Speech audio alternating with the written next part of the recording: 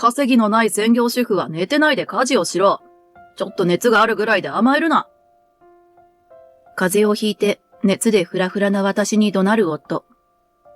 休むことも許されず、こき使われる状況に、私の限界はついに突破することとなる。こんな大事な秘密を隠しているなんて、あいつ絶対許さない。家出した私を連れ戻しに実家にやってきた夫であったが、私は最終兵器を投じることとする。旦那よ、覚悟しなさいよ。私の名前は春美。32歳の専業主婦だ。35歳になる夫の拓也と結婚して3年。子供はいないが平穏な日々を過ごしている。と思っていたのも過去の話だ。おい、春美、なんだこのお茶は。なんだって何？いつものお茶だけど。ぬるいんだよ。俺は熱々の茶が好きだっていつも言ってるだろ。お茶を入れろと言うから入れたのに、すぐに飲まないからでしょ？お茶を入れてからすでに10分が経過している。クイズ番組に夢中になっていた夫は、入れろと言われてすぐに入れたお茶を飲まないで放置。それなのに、ぬるいと言って切れる。すぐ飲まなきゃ、そりゃ冷めますがな。当然の摂理を口にした私に対し夫が、口答えするな。とわめく。妻は黙って夫の言うことに、はいとごめんなさいを言ってりゃいいんだよ。はい、来た、昭和発言。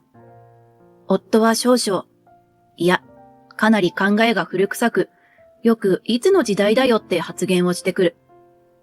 お付き合いしてた時や、新婚当初は、こんな夫を、昔の考えを大事にする人、かっこいい、と思っていた時もあったのですよ。あれは完全に、お花畑能だったわ。新婚1年も過ぎれば、お花畑もすっかりしおれて、結婚2年も経てば、お花の名残もなく、更地が支配する。そして3年目の今は、荒廃した大地が横たわっている。というイメージな現状。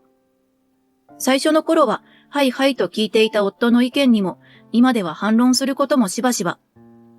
しかしそれを受け入れない昭和志向な夫は、今日も亭主関白を振りかざす。夫の言うことに、はいかごめんなさいしか言うなって？妻を舐めすぎでしょ。とはいえ、結婚生活をうまくこなすには忍耐が重要とも聞く。まだ離婚を考えるには時期尚早かなと我慢しているわけだ。が、熱い茶を入れろ。はいはい。部屋が散らかっているぞ、掃除しろ。はいはい。夕飯は俺の好きなものを3点は出せ。はいはい。はいは1回。はい。風呂は飯の直前だ。はい。風呂から出たらまず熱燗を用意しろよ。はい。退屈だ。なんかネタやれ。はい。いや、なんでやねん。思わず突っ込み入れたら、面白くないと言われた。ネタをやった覚えはないが、こんな旦那に面白くないと言われるのは屈辱。ムカつくやら、もやもやするやら。さすがにそろそろ我慢も限界な気がする。でも私は現在稼ぎのない専業主婦。それも夫の希望で結婚当初からそうなわけだが、こんなことなら仕事辞めるんじゃなかったな。あの当時は、俺のために家事して俺の帰りを毎日出迎えてくださいと言われて歓喜していた自分がいた。どこまでお花畑だったんだと我ながら情けなくなる。それでもいざ離婚となると、まずは仕事を探さないと。3年というブランクはあるが、もう3年、まだ3年。気合と根性でどうにかなると言えよう。問題は就職活動をしている暇があるかって話。夫は専業主婦の私が外へふらふら出歩くことを良しとしない。とにかく買い物以外は家に閉じこもって家の用事をしろというタイプなのだ。稼ぎのない専業主婦のくせに俺の稼いだ金で遊ぶな、贅沢するな。というのだ。最初はね、そうよね、夫が仕事している最中に遊ぶなんて言語道断よね。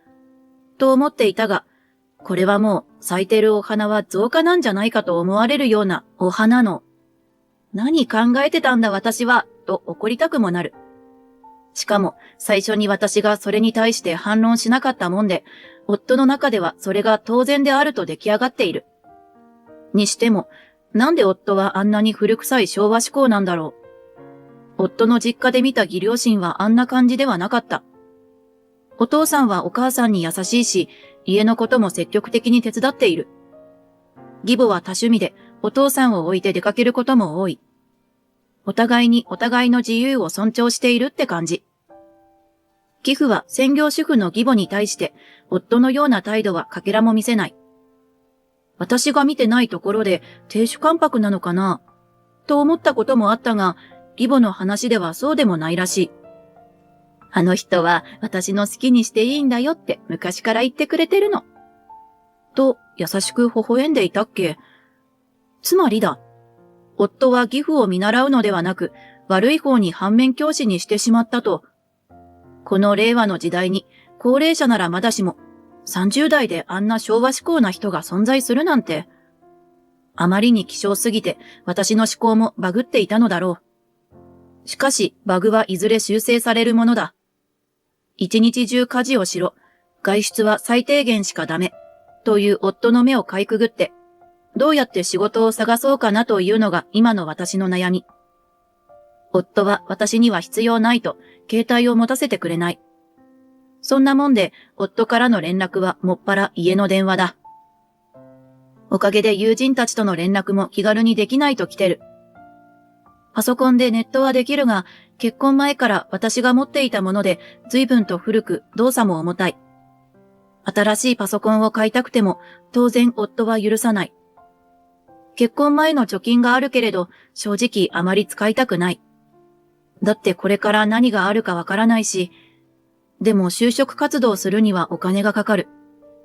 そもそも夫は必要最低限のお金しか渡さない。光熱費は口座引き落としで、生活費は渡されるものの、何に使ったかレシートをすべて渡す必要がある。節約して余ったお金でこっそり就職活動とはいかないのだ。仕方ない。独身時代の貯金を使うしかないか。私は夫に見えないところでこっそりため息をつくのであった。就職活動をするには夫がいない間にいろいろと情報収集する必要がある。まずはハローワークかな。でもどういった職種がいいか、ある程度決めといた方が探しやすいかな。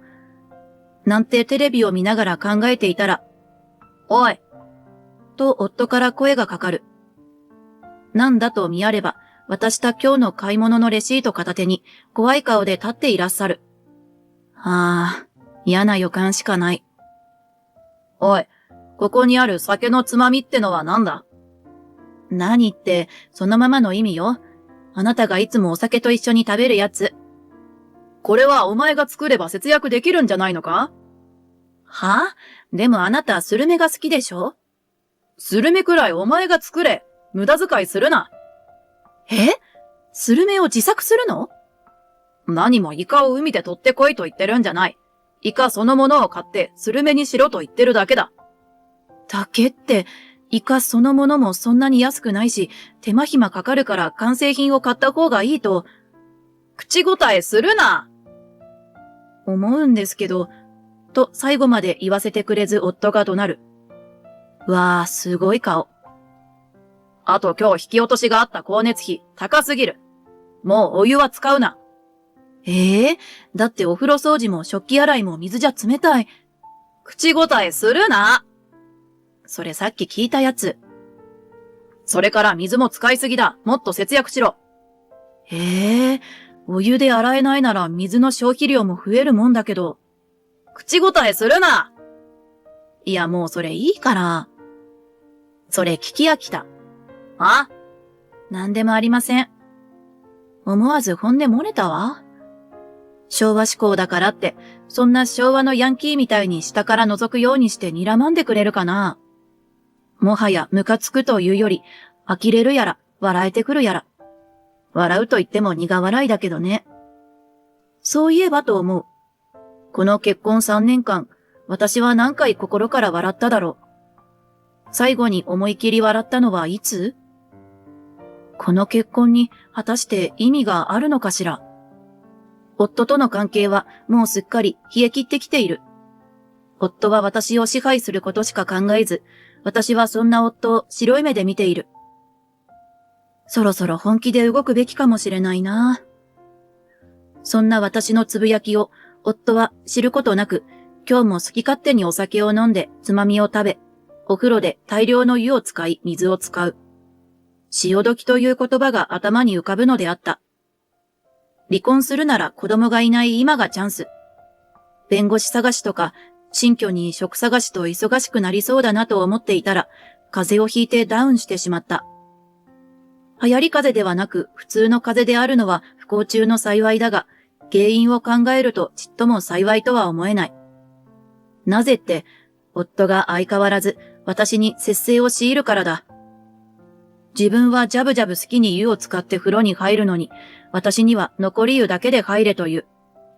しかもどれだけ湯温が下がってしまっても追い焚きを許さない。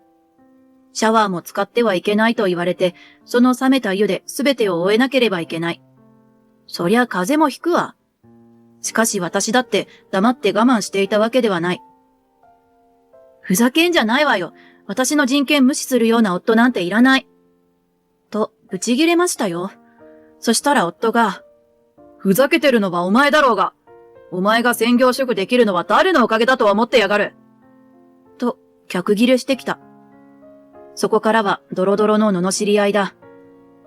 怒鳴りすぎて喉が痛くなる私に、お前なんて俺がいなきゃ生きていけないくせに。と言ってくる夫。そんなわけあるか。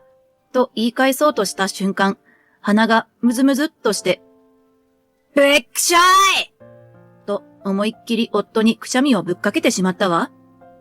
きったねえな。お前それでも女か？生まれてこの方男になったことなんぞ一度もないわよ。それとも何？あんたは男と結婚したっての？もう我慢するだけの私と思うなかれ。いい加減堪忍袋の尾が切れた。これからは言い返してやる。夫を睨む私の顔がマジだと感じ取ったのだろう。ちっと舌打ちするも、そのまま夫は何も言わずにリビングを出て行った。よっしゃー、すっきりした。しかし、これから言い返し続けるにしても、そんな夫婦生活は苦痛でしかない。弁護士探して真剣に離婚を考えねば。そう思ってパソコンで検索する。頭痛のせいでクラクラするが、弱音を吐いてる余裕はない。と、しばらくして、自室にこもっていた夫が部屋から出てきた。私をやり込める算段でもついたのか？しかし、近づいてきた夫は、キモいくらいにニコニコしている。うわ、なんだろう。と、警戒心をあらわにしていたら、はるみと名を呼ばれてポンと肩を叩かれた。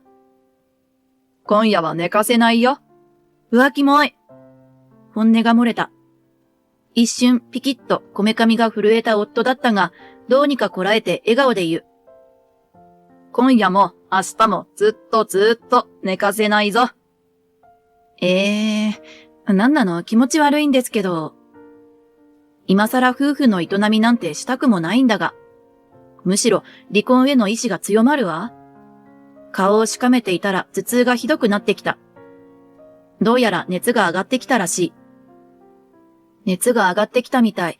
先に寝るわ。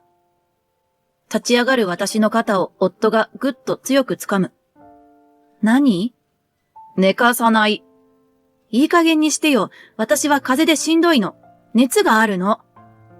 反論した瞬間、夫が笑顔をやめて鬼の形相となってぐわっと睨んで叫んだ。そう言ってサボろうとしても許さんぞ。いいか、お前は今夜から寝ずに家事をしろ。はぁ？俺は考えた。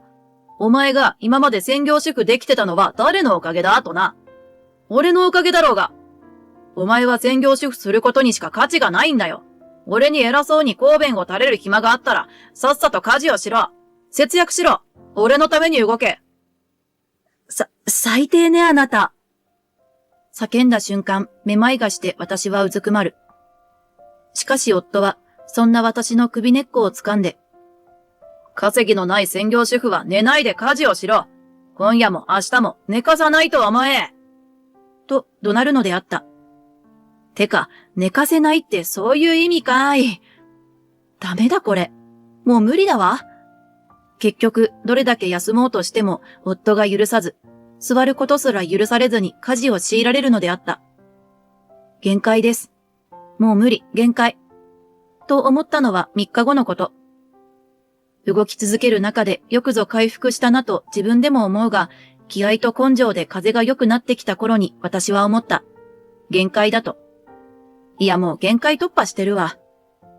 熱のせいで朦朧としていたが、熱も下がってようやく冷静に物事を考えられるようになったのだ。このままでは私は命を最後の一滴まで絞り取られてしまうわ。そう思ったら結論は早い。よし、逃げよう。もうそれ一択しかないと思うの。弁護士や仕事をのんきに探している場合じゃない。まずは逃げる。でもこれは負けじゃないのよ。逃げるが勝ちというではないか。防御こそが最大の攻撃とも。自分を守ることが何より夫への痛手となるだろう。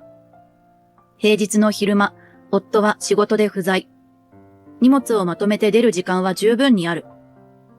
さて、どれを持っていこうかな。とりあえずしばらくはどこかのお安いビジネスホテルに住むつもりだ。となれば荷物は最低限にせねばならない。何を持っていこうかと寝室を覗いたら、ふと目に留まったものがある。夫の枕の下から何やらはみ出ているのだ。それは茶色の封筒だった。どうしてこんなところに？宛名は夫の名前になっているが、住所が書かれていない。つまり夫に手渡しされた封書ということだろう。裏返して差出人を確認する。会社？そこには夫が勤める会社名が記されていた。家に置いておくということは、仕事で必要な書類が入っているわけではないだろう。では一体何だというのか。勝手に見るのも気が引けたが、夫は私のものは何でも勝手に見る。気にする必要はないと自分に言い聞かせて中身を見た。直後、息を飲む。封筒の中には夫の秘密があったのである。それを見た瞬間、私は大急ぎで荷物をまとめ、家を飛び出した。やってられるかってのよ、まったく。ひとまず近くのビジネスホテルに身を寄せた私は室内で叫んだ。あの秘密を知ってまで誰があんな亭主関白な夫のもとにいるかっての。妻を何だと思っているのだ。こういう時、携帯を持ってないのは不便で便利よね。相反することを言ってベッドに突っ伏す。携帯がないから夫から連絡は来ない。携帯がないから安い宿を検索することができない。携帯って便利で不便よね。さて、どうしようかと思えど、貯金にも限度がある。ここに暮らしながら職探しなんてできないし、住むところを探すにも職がなければ難しい。となれば結論は一つ。実家に頼るしかないか。まさか結婚3年で出戻ることになるとは思わなかった。両親にも申し訳ないな。だが背に腹は変えられない。仕事が決まったらすぐに実家を出よう。気が重いなぁと思いつつ、ホテルの電話で実家に電話するのであった。それから数日後、実家でくつろいでいたら、玄関の方からすごい声が聞こえた。はるみ、いるか？夫が実家に突撃してきたのである。すかさず、いませーんと言って、ダッシュで玄関の鍵を閉めてあげた。ガチャガチャと開けようとする夫。扉壊さないでよ。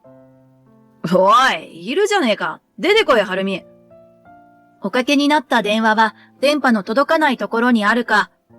電話じゃねえし。お前自分が何やってるのか分かってるのか？家のことほっぽり出して何してるんだ。早く帰ってこい。どうして？お前は俺の妻で主婦だろ？家事サボんな。じゃああなたの妻辞めます。はぁ？お前な、俺がいなくてどうやって生きていくんだよ。今謝れば許してやるから早く帰ってこい。嫌です。私は何も悪いことしてませんので、謝らないし帰りません。今俺を困らせているだろうが。あまりに勝手な言い分にイライラが頂点に達する。バンと玄関を開けて私は叫んだ。あなたを困らせているですって？じゃあ私はどうなの？あなたのせいで苦しんでいるし困っているわよ。もう。まさかそんなことを言われるとは思っていなかったのだろう。目が点になる夫。今までたくさん文句も反論も言ってきたが、夫はどうも真剣に捉えようとしない。ここらで一発ガツンと言ってやらにゃいかんな。私はあなたと離婚します。今後は弁護士を通じて連絡するのでお帰りください。だからな、何度も言うが、俺と別れてどうやって生きて。私はまだ32歳よ。仕事はまだまだできる年齢です。あなたなしでも生きていけるので、どうぞご心配なく。仕事するって？じゃあ家に金を入れろ。そしたら戻ってくるのを許してやる。あんたかなりアホでしょ。なんだかどっと疲れた。私はげんなりした顔で言った。ズバッと本音を。アホだと？私があなたの元に戻るメリットなんて何一つないんですけど。夫婦関係をメリットデメリットで考えるなんて。愛情がゼロどころかマイナスなのに、夫婦でいる必要ないって言ってんの。マイナス？なぜそこで驚く必要がある？まさか夫はまだ私に愛されていると思っているのだろうか。どこをどう見たらそう思えるのだろう。自分の行動を顧みて、どの辺が愛されていると思えるのか聞いてみたいものだ。とにかく私の心配は全く必要ありません。あなたがいなくても一人で生きていけます。というかむしろ、あなたがいない方が快適に幸せに暮らせますので、ぜひとも離婚しましょう。その方がお互いのためよ。そんなことは俺が許さない。あなたが許す許さないの問題じゃないのよ。とにかく弁護士見つけたら連絡するから、はよ帰れ。もう話すことはないと、しっしっと手を振ると、夫の表情が一変した。明らかな激おこ顔である。お前、いい加減にしろよ。仏の顔も3度まで。謝れば許してやる。帰ってこいと譲歩したぞ。これ以上は譲らんからな。だからなんでそんな上から目線なのよ。そもそもあなたは一度でも仏様の顔をしたことある？いつだって偉そうな態度でキレ散らかしてるくせに。なんだと？俺はいつだって優しいいい夫だ。寝言は寝て言いなさいよ。お前言ったな。仕事くらいできると。お前の仕事は家事だろ？家出してるまさに今、全然仕事ができてないじゃないか。それを俺は怒らず帰ってこいと言ってるんだ。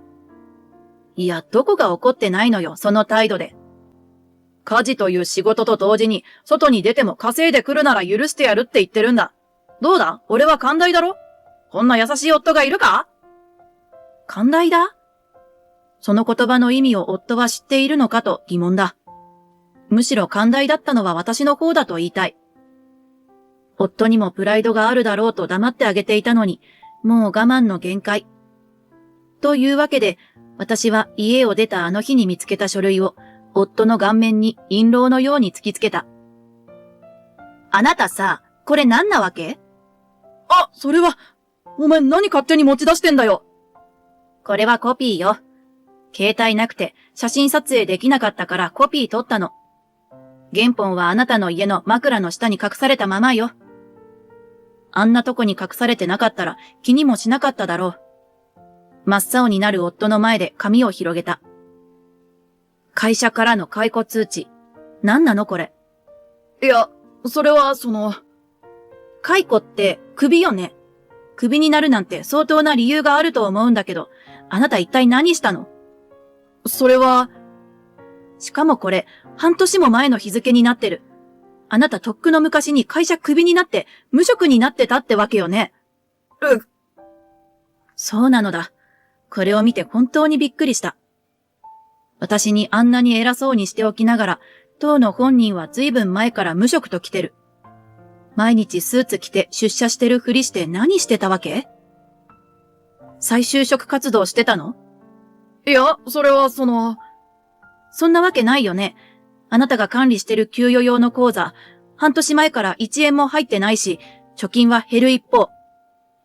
問い詰める私に対し、いや、だの、それは、だの、取り留めのない返答しかしない夫に、私はビシッと別のコピーした紙を突きつけた。あとこれ、あなたの通帳のコピー。5ヶ月前にごっそりあなたの貯金が減ってる。これは独身時代からのあなたの貯金だから、使うことに私がとやかく言う権利はない。でも、使い道を聞く権利はあるわよね。それは、失業したから色々と必要で引き出したんだよ。お前に失業がバレたくなくて、毎月渡している生活費とか。光熱費の引き落とし口座に入金された様子もないし、手元に持ってるってこと？そうなんだよ。そっか、なんだ。寒いのに汗をだらだら流しながら説明する夫に、私は一転、にこやかに笑顔を向ける。ほっとしたような顔をする夫に間髪入れず言った。てっきり浮気相手の女の、その旦那に支払った慰謝料に使ったんだとばかり思ったわ。と。途端に真っ青になる夫。何のことだ？とぼけるので。さーて、何のことでしょうね。と言って、私は3枚目となる紙をピラッと出した。こちら、あなたの素行調査結果になります。素行調査？いつの間に？私じゃないわよ。あなたの浮気相手の旦那さんにもらったの。なんでお前があの男と連絡取ってんだよ。あの男って誰？やっぱり浮気してたってこと？何のことでしょう。明らかにしまったという顔で口笛ピーピー吹いている。そんな棒読みな言い方でごまかせると思うなよ。あの日、夫の解雇通知を見つけた後、通帳とかいろいろ調べていたら、この調査結果を見つけたのだ。中には手紙が添えられていた。夫の浮気相手の旦那さんからだ。妻との不貞関係の証拠となります。後日弁護士と共に話し合いましょう。とあった。そこには旦那さんの連絡先も書かれてあった。私はそれをメモし、家出した直後に泊まったビジネスホテルから連絡したのである。あなたの浮気相手の旦那さん、すごくしっかりした人だったわ。あなたとは大違い。どうしてあんな素敵な旦那さんがいて、奥さんは浮気したのかしらね。しかもあなたなんかと。言えば夫は悔しそうにギリギリと唇を噛み締めた。ちょっとした遊びだったのかもしれないけど、でも新婚ほやほやの若い後輩に手を出すのは、ねえ、そりゃ会社もクビになるわ。浮気相手の旦那さんに会った時、一番驚いたのはそれだ。夫の浮気相手は、なんと会社の後輩だったのである。会社の規律を乱したとして夫は解雇。相手の女性も同じく。若い子に手を出した挙句解雇。ざまあないわね。鼻で笑えばギロッと睨まれた。残念、ちっとも怖くないの。しかも、その事実を妻である私に隠し、自分が無職であることを棚上げして、私に節制を強いて、体調が悪い私を心配することなくこき使う。挙句に家事を並行して仕事もしろ？もう鬼畜の所業よね、これって。それはお前が。私が？何？私が悪いって言うのなら、ちゃんと筋道立てて納得できるように言ってね。ニートさん。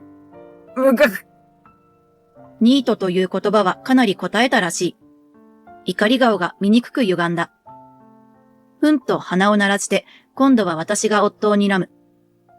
わかった？もう私たちの関係は修復不可能なのよ。なんならあなたに慰謝料請求してもいいのよ。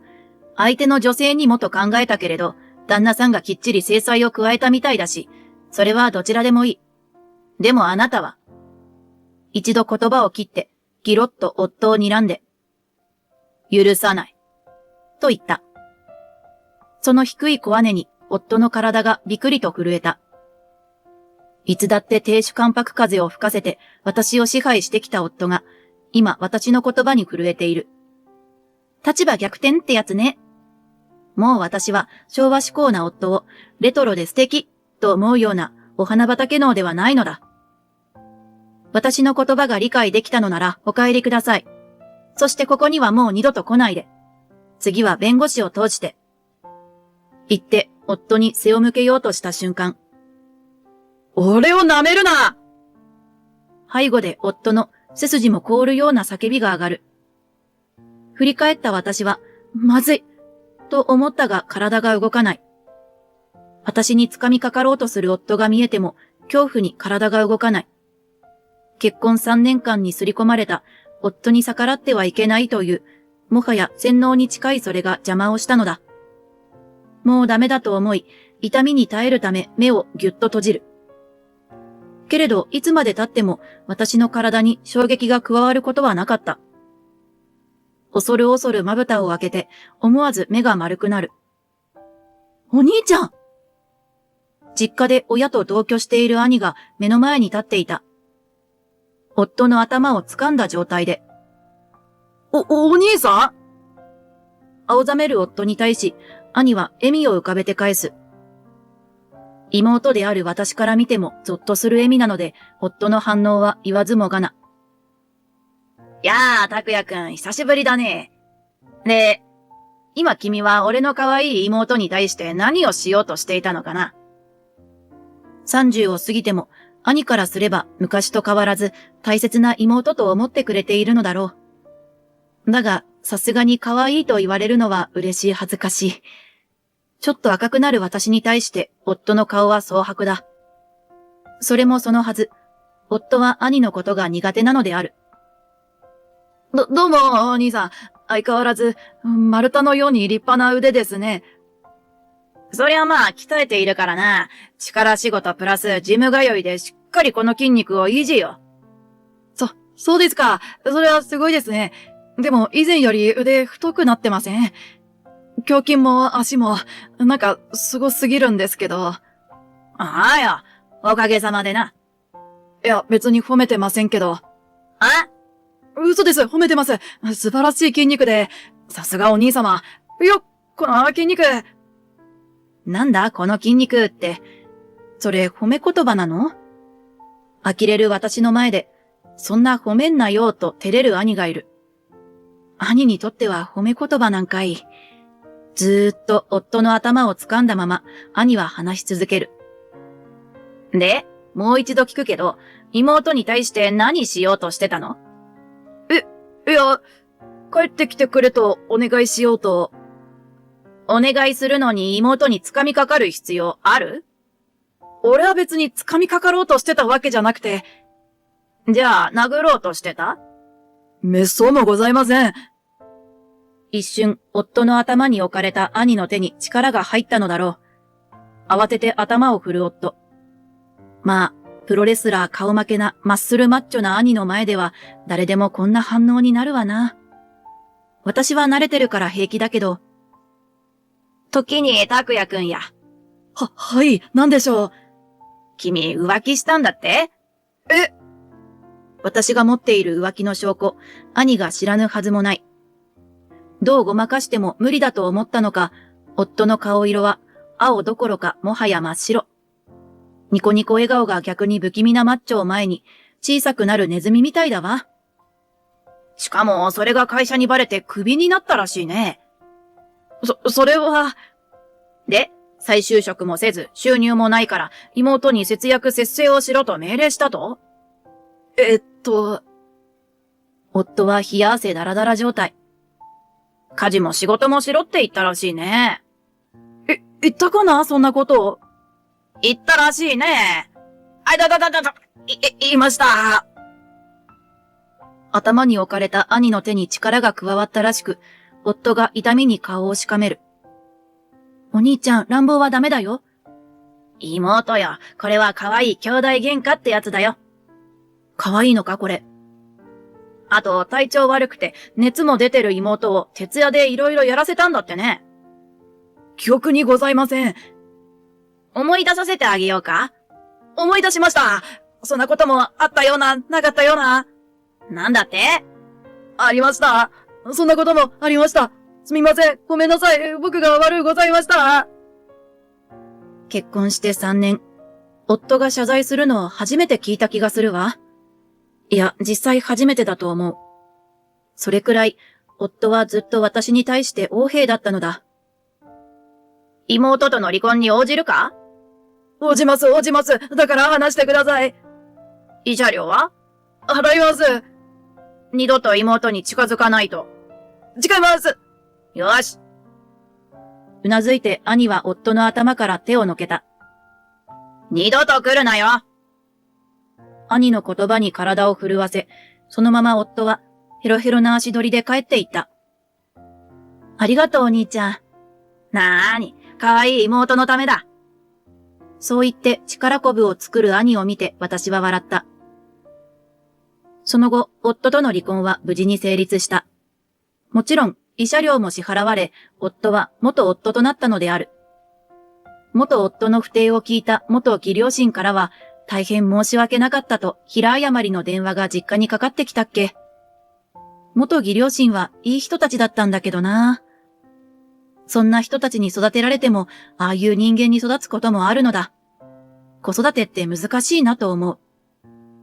元夫は離婚後、私への慰謝料支払いで貯金が底をつき、家を売り払ったそうだ。しかし、もともと古い中古住宅だったので、大した金額にはならなかったらしい。再就職も決まらず、困った元夫は実家にヘルプを出した。でも元義両親はカンカンに怒っており、実家に戻ることを許さなかった。そんなもんで、元夫は築うん十年のボロアパートに引っ越したそうだが、結局そこも追い出されたとか。何せ収入がなくて、家賃滞納が続いたからね。何でも会社内での不貞行為の噂が広まって、同業他社への再就職は全滅。かといって、そんなに能力値高くない夫に別業種は無理だったのか、どの仕事も長続きしなかったんだとか。しかも、どこに行っても偉そうな態度を崩さなかったらしく、ついにはどこにも就職できなくなったようだ。そんな噂が私の耳にも届くくらいにやらかしているらしい。そんなだから当然のように夫の行方はわからなくなってしまった。きっともう二度と元夫の話を耳にすることはないだろう。私はといえば、就職が無事に決まり、実家を出て悠々自適な一人暮らし生活を満喫している。今はまだそんな気分にはなれないけれど、いつかまた出会いがあったならば、その時はお花畑脳にならないよう注意せねばと思う。今度は私のことを大切にしてくれる人が見つかるといいな。実家でそうぽつりとつぶやけば、俺のようなやつな。と言って、兄が太い腕でガッツポーズをする。苦笑いしちゃったわ。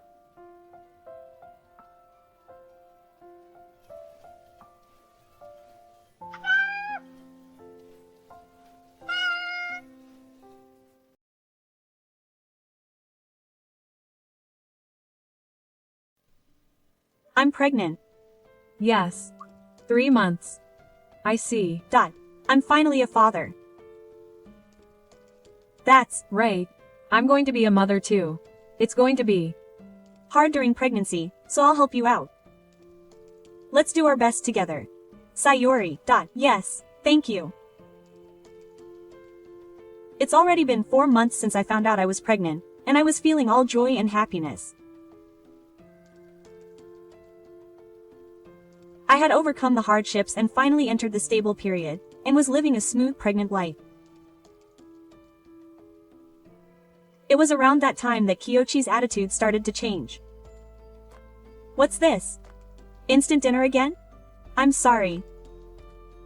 I'm so sleepy I can't move, and if instant doesn't work, can you buy me something? You're lucky. You make me squirm every day.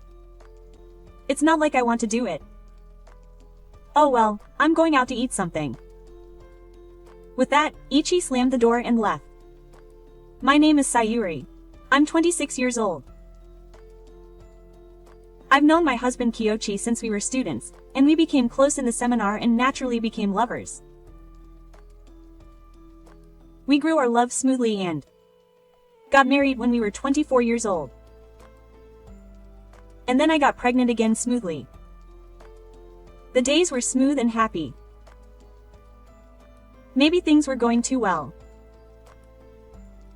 At first, Kiyochi was happy about my pregnancy and did a lot of housework for me, but now there is no trace of that. Even after sitting, pregnant women can't move around energetically. There may be people like that, but I was the type who just got sleepy. I don't sleep because I want to. I just fall asleep. The other day, I dozed off with a pot on the stove, and when I woke up, I was on the verge of scalding. The pot and the food inside were burnt black. I thought this was bad, so I tried to use instant food for dinner, which can be cooked as quickly as possible. But Kiyoshi seems to not be able to accept that. He started saying things I've heard somewhere before, like pregnancy is not a disease.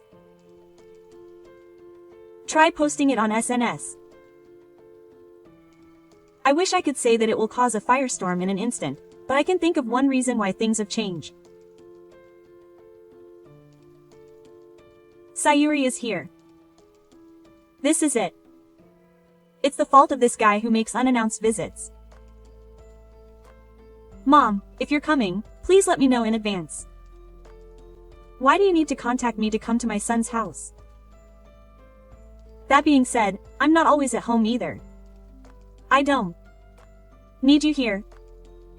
If anything, I can go out somewhere. Saying that, my mother-in-law made a gesture of waving me away. Don't mess around.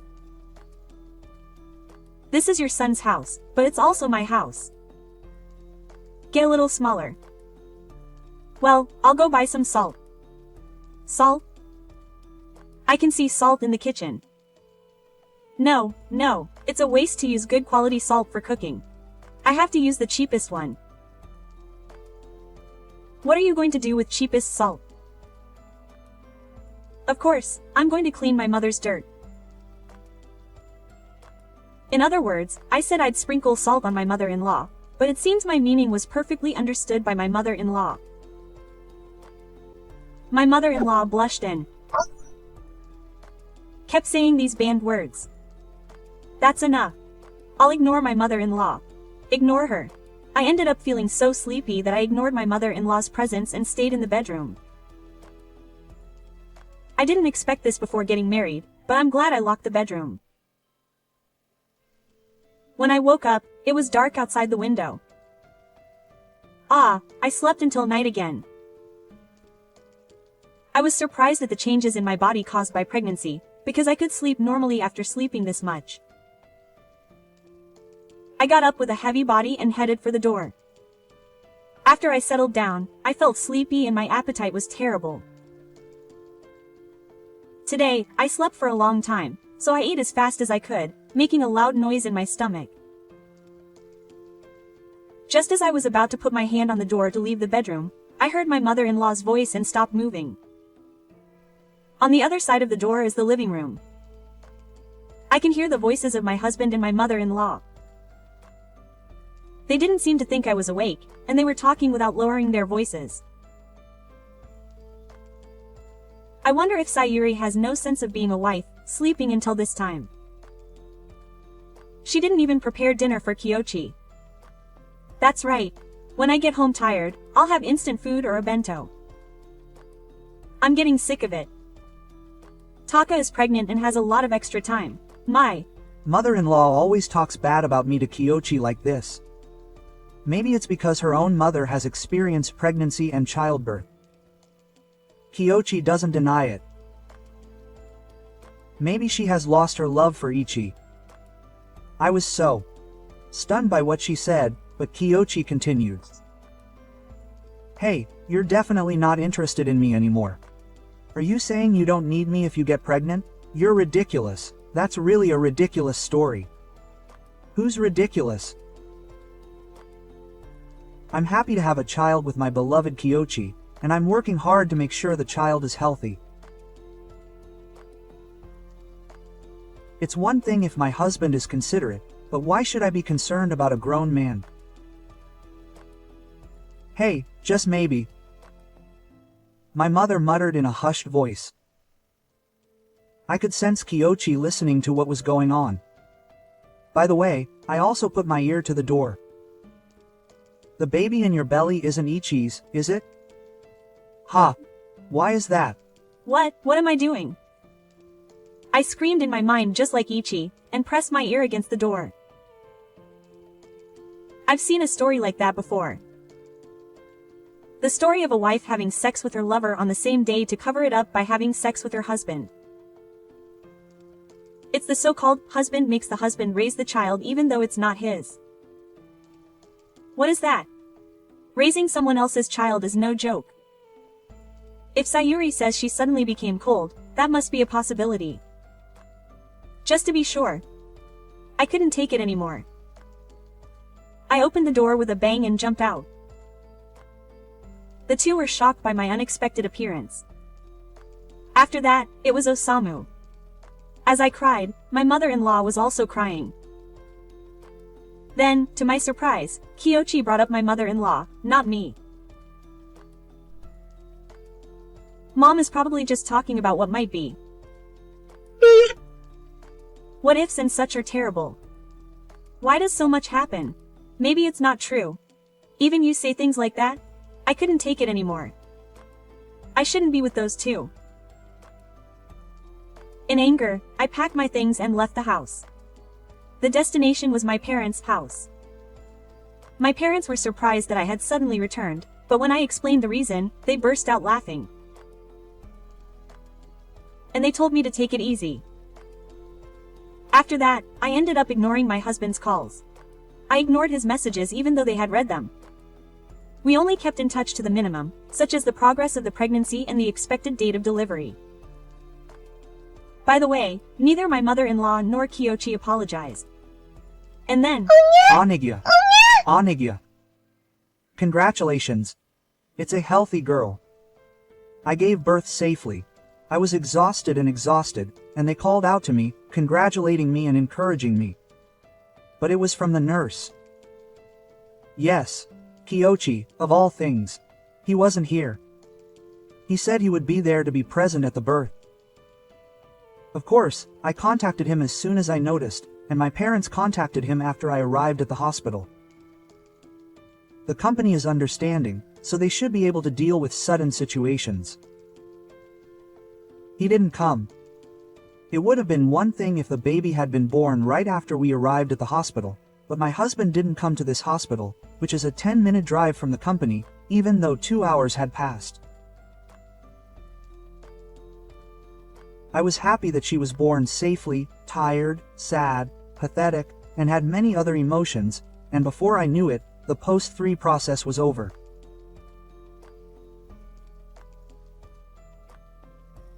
The baby, clean and wrapped in a swaddling cloth, slowly rose up in front of me and I gently held my child. What is this feeling? I wonder if I have ever felt such emotion before. I was simply happy and tears flowed. Ah, I finally met her. I'm so happy. She looks a lot like Ichi. I thought to myself. Yes, my daughter looked a lot like Koichi. She's still red and her eyes haven't even opened yet. Her eyes, her mouth, and what can I say? Her atmosphere. They say that girls are happy when they have a father, but I hope this child has a bright future. I was in such a strange tension when a sound reached my ears. The sound of someone running down the hallway. The sound of my parents panicking as they waited outside. A voice that made me wonder. Just as I realized that the voice was Koichi, the door suddenly opened. Hey, show me the baby. Oh, that's the first generation. Can't you just say thank you to me right after that? I was so shocked that I was dumbfounded. Kiyoshi came walking up to me and peered at the baby in my arms. There was no word for a while. Was he moved? Kiyoshi muttered, ignoring my thoughts. I thought so. He doesn't look like me at all. He looks really similar. I had been thinking that until just now. When Kiyoshi saw my shocked face, he was grinning in an unnatural way. Hey, this isn't my child, is it? It's Kiyoshi's child. No, it's not. It doesn't look like me at all, and it doesn't look like you either. It's not my child. No, it's definitely 100% Ichi's child. You were. Cheating on me. It's a divorce. What are you talking about? Where is the evidence for that? The Evidence clearly shows it's not my child. I'll take a DNA test. Get the alimony ready. Kiyoshi looked at me, dumbfounded and overwhelmed, unable to say anything. His face looked like he had gotten his revenge. And then, like that, Kiyoshi left. After Kiyoshi had left, my parents entered timidly, hesitant to come in until they saw Kiyoshi, the husband.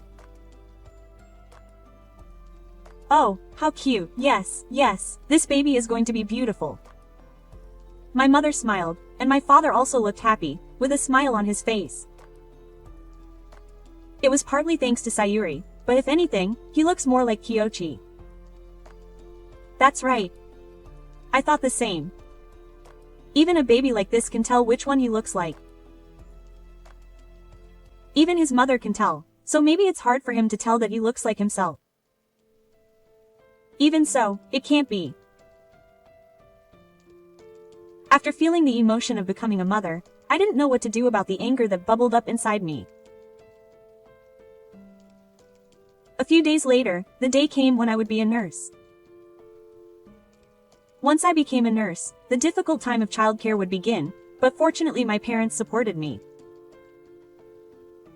I was packing my things to go back to my parents' house. Kiyoshi isn't coming.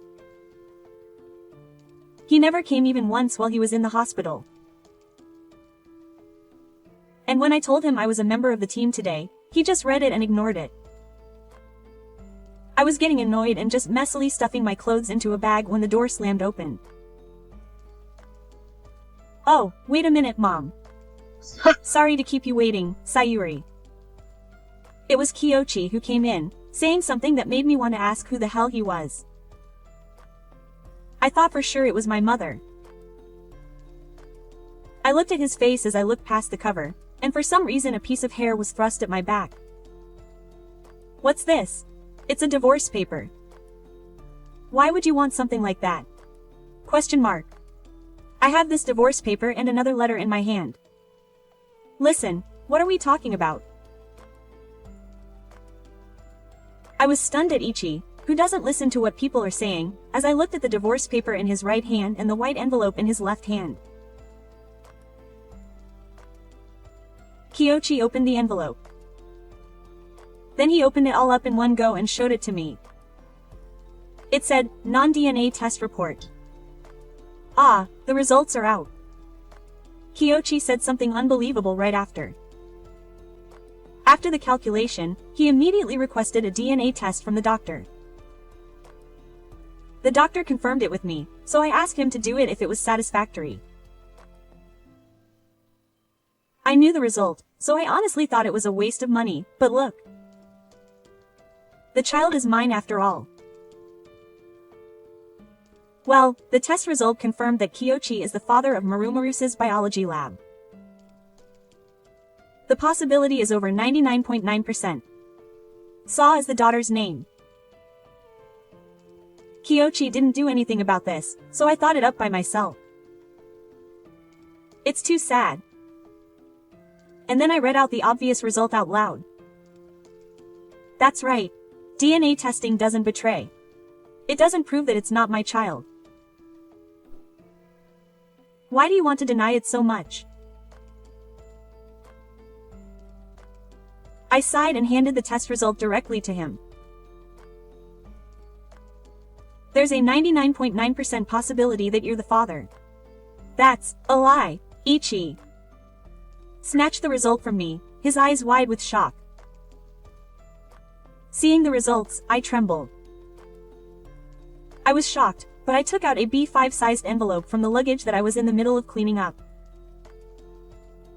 Immediately after that, Sayuri, you should be ashamed of cheating. I won't raise someone else's baby Kiyoshi. She yelled out a line that froze me when my mother-in-law suddenly appeared. Isn't it Kiyoshi's child? Yes, it is. Doing it at home while pregnant means she was definitely cheating. We have no place to let a woman and a child like that lie. I'll pay you alimony and never show you your face again. Your mother will never meet her grandchild. It's not Hajime's child, so it's not my grandchild. You won't meet him, will you? I won't meet him. Absolutely not. Absolutely. Yes. I took those words to heart. Is that so? You'll never meet him? Is that so? Is that so? My mother-in-law looked at Kiyoshi. I showed Kiyoshi's DNA test results to this woman. If that's the case, I'd better hurry up and go to a lawyer and prepare to file a compensation claim. Well, Kiyoshi muttered, struggling to speak as his mother-in-law rattled off. When his mother-in-law asked him again, furrowing her brow, Kiyoshi said it again. Well, the results of the investigation showed that the child is mine. What? She was shocked for a moment, then her mother-in-law looked up.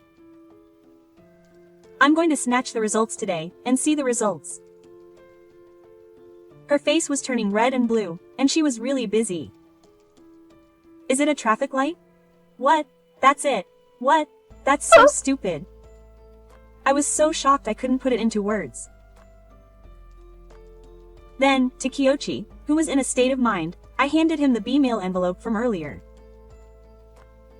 I smiled as Kiyoshi threw it away. Look inside this, I said, but Kiyoshi was stunned and didn't move. My mother-in-law, who had lost patience, snatched it from my hand and took out the contents. What is this? What is this? It's evidence of Kiyoshi's infidelity. Quote. Yes, inside were many photos of Kiyoshi's infidelity. There was also an investigation report inside. The other person's feelings were also written. Apparently he had lied and told her he was single. Kiyoshi was trying to figure out what it meant, but that was not the case. He just muttered something. Apparently they started their relationship right after she found out she was pregnant. No, apparently he went to a hotel almost every day after I left home. Apparently he even invited her over to his house. Finally, Kiyoshi stopped saying anything. My mother, who was nearby, was just chomping at the bit and not saying a word. I thought something was suspicious.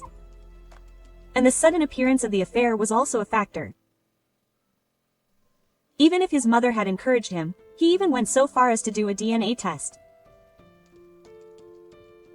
No, that was, well, I was so jealous of Kiyoshi who was saying such obscure things. I threw the cheating photos at his feet. A bunch of ugly photos scattered all over the place. Did he think I was cheating because he was cheating? Don't make fun of me. Don't think everyone is on the same level as you. Sayori. And what's more, it's not your child. Taking advantage of this opportunity, I thought I would make him pay alimony and then get a divorce. Stop making fun of me. I'm so sorry. He must have given in to my arrogance. Kiyoshi bowed his head almost to the point of kneeling. It was just a momentary blunder.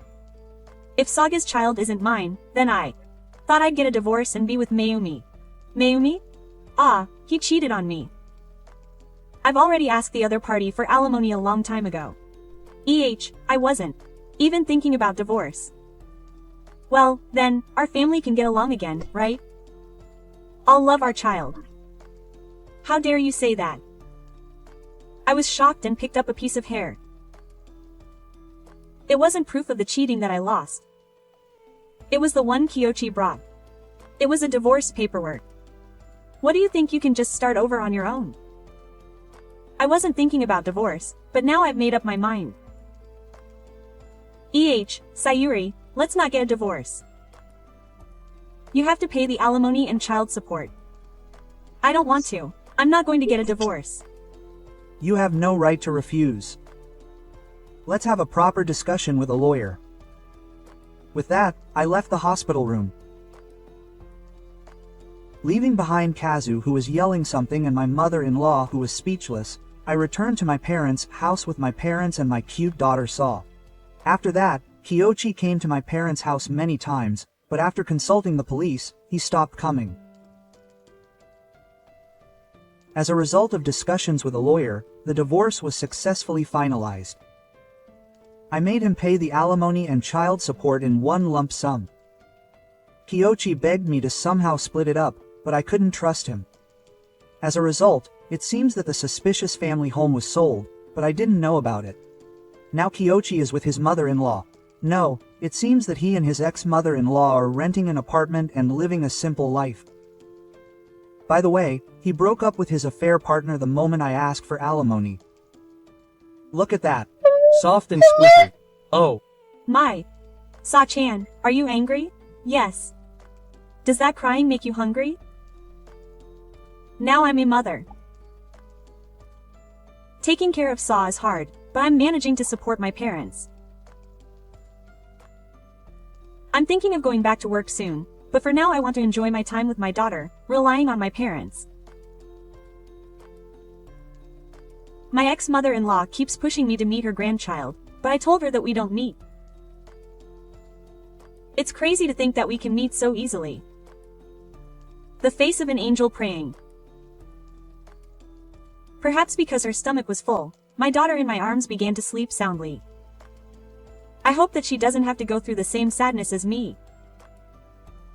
I simply pray for the happiness of my beloved child.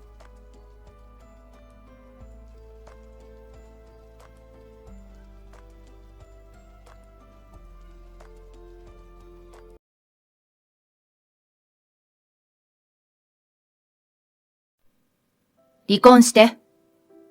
いいけど、俺は慰謝料なんて払わないぞ。仕事もしてないお前に金はないだろ。大丈夫か？お金よりも自分の幸せを守る方がよほど大事だ。こんな家にもいたくなけりゃ、こんな男とも一緒に暮らしたくない。絶対に離婚して、あんたに痛い目見せてやる。私の名前はゆり子。生まれも育ちも田舎育ち。暖かくなると山菜摘みが趣味の58歳だ。のどかな田舎の空気を愛する私だが、人生のとある時期だけは田舎を恨んだことがあった。当時の私は20代。高校卒業後、成績上位者だけが推薦してもらえる地元の百貨店に就職し、同い年の子よりはそれなりに華やかな暮らしをしていた方だったと思う。そんなある日、上司から、お得意様が来るからと言われ、とある方の接客担当に就くことになった。それが夫、秀俊である。夫の家系は国会議員を一人輩出しており、議員の直系ではない夫の家も地元で手広く事業を手掛けている家柄だった。その家の長男である夫も家と事業を継ぐ予定が決まっており、地元では顔が利いて発言力もある。とはいえ、地元で事業を手広くやっているというだけで、ライバル会社も多い世界だ。都会では埋もれてしまうだろう。それでも夫は、言ってみれば、地域の王様みたいなものだった。しかしこの、店内の案内を担当させられたことをきっかけに、私は夫に見初められてしまったのだ。周囲からは、玉のこしじゃないか、羨ましい、将来安泰ね、といろいろ言われたが、私はちっとも嬉しくなかった。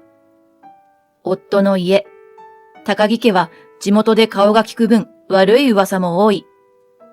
横柄だとか、気に入らない社員はすぐにクビにするとか、可愛い女子社員は密かに声をかけて何人も恋人にしているとか。どこまでが本当かという真偽については、私のような高校を出たての庶民にはさっぱりわからない。けれど、火のないところに煙は立たぬだ。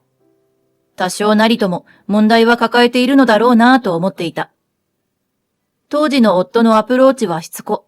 いやー、熱烈で、私が帰宅する頃になると、職場の前で車を止めて待っていることもしばしばあった。花束をもらったり、高級レストランに連行。いやー、ディナーをご馳走になったりなど、あの手この手で好意を表現されたものだ。しかし、私自身も夫と話していくうちに、家の噂はいろいろあれど、この人は真面目ないい人なのかも、と思い始め、交際を開始、それから結婚にまで至った。結婚してすぐ、義理の両親から一軒家を送られた。結婚祝いだそうだ。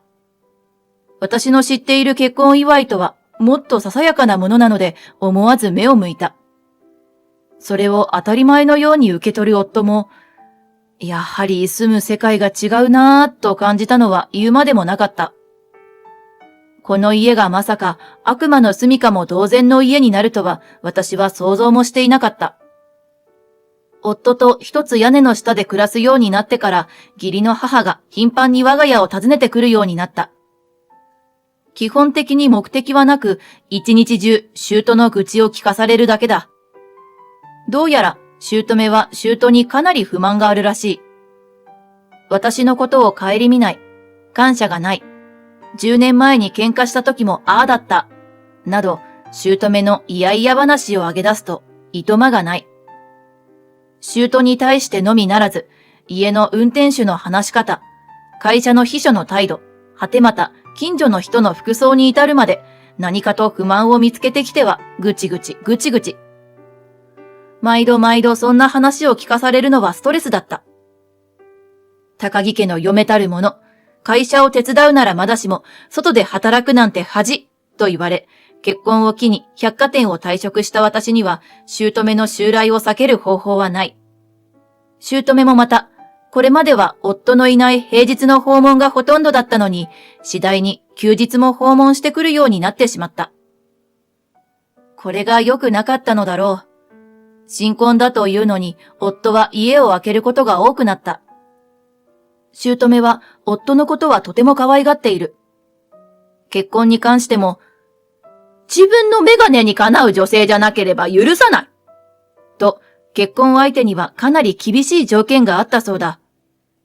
私は姑の求めた高学歴でも、家柄のいい女でも、家事上手でもないが、顔とわきまえていることが好まれた。息子の嫁が出しゃばりがちな女ではいけない。常に高木家の女は夫の三歩後ろを歩け、ということらしい。派手すぎてはいけない、ということなのか、私の和風の顔も気に入られた。コンプレックスだった人への目が初めて役に立ったのはこの時だ。態度も。単に有力な家の方と話すのが怖くて、素の自分が出せなかっただけなのだが、わきまえていると捉えられるとはな。おかげで今、お母さん、その愚痴前も同じ話を聞きましたとは言えずにいる。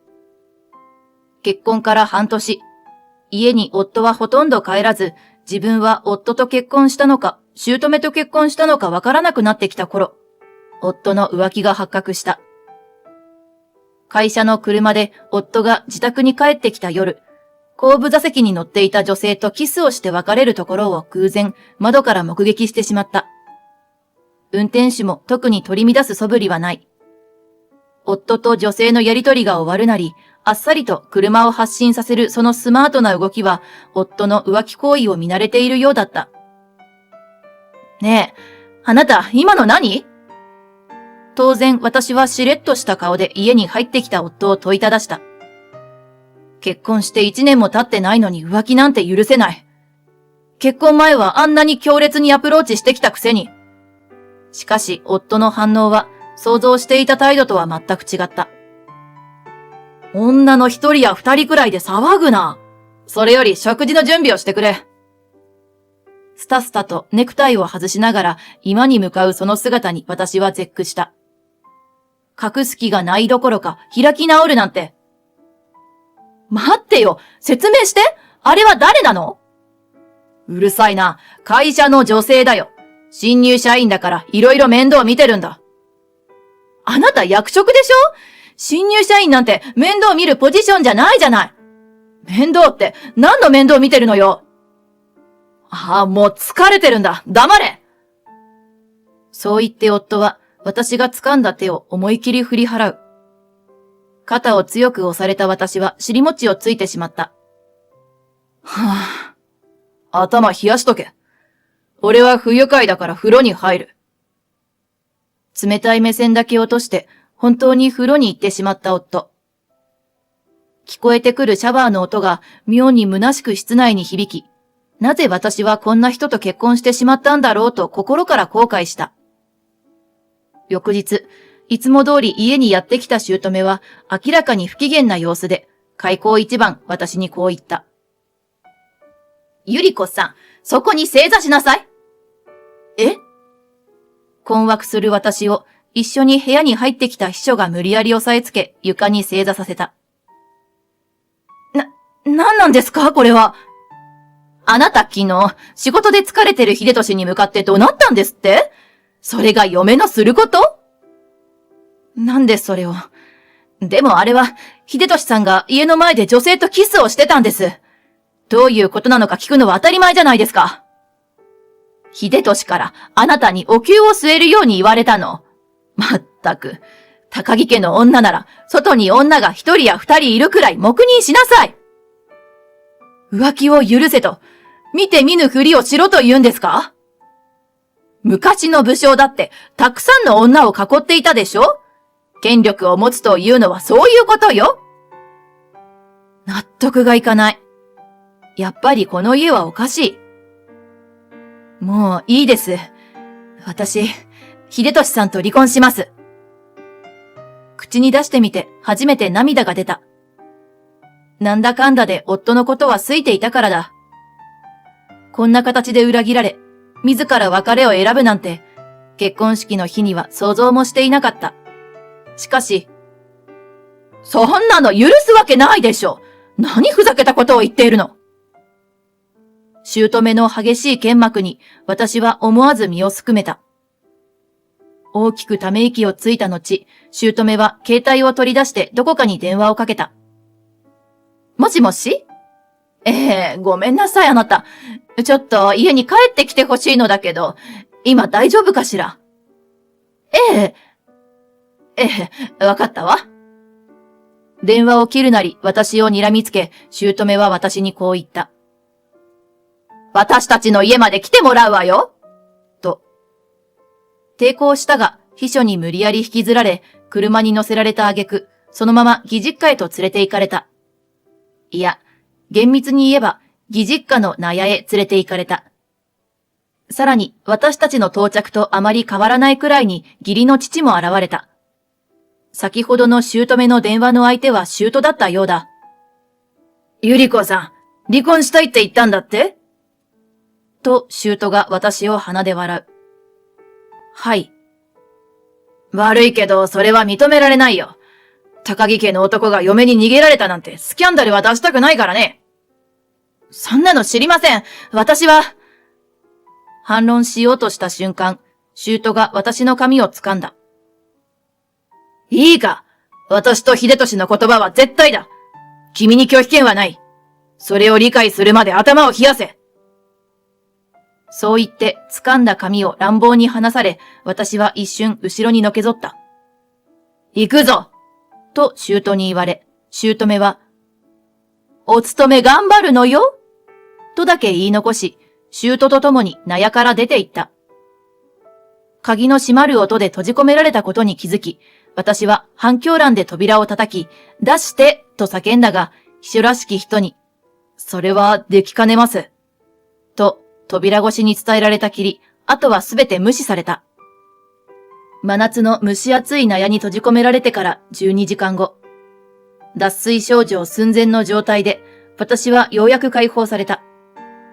もうすでにボロボロの私に姑は、頭は冷えたかしらとペットボトルの水を渡す。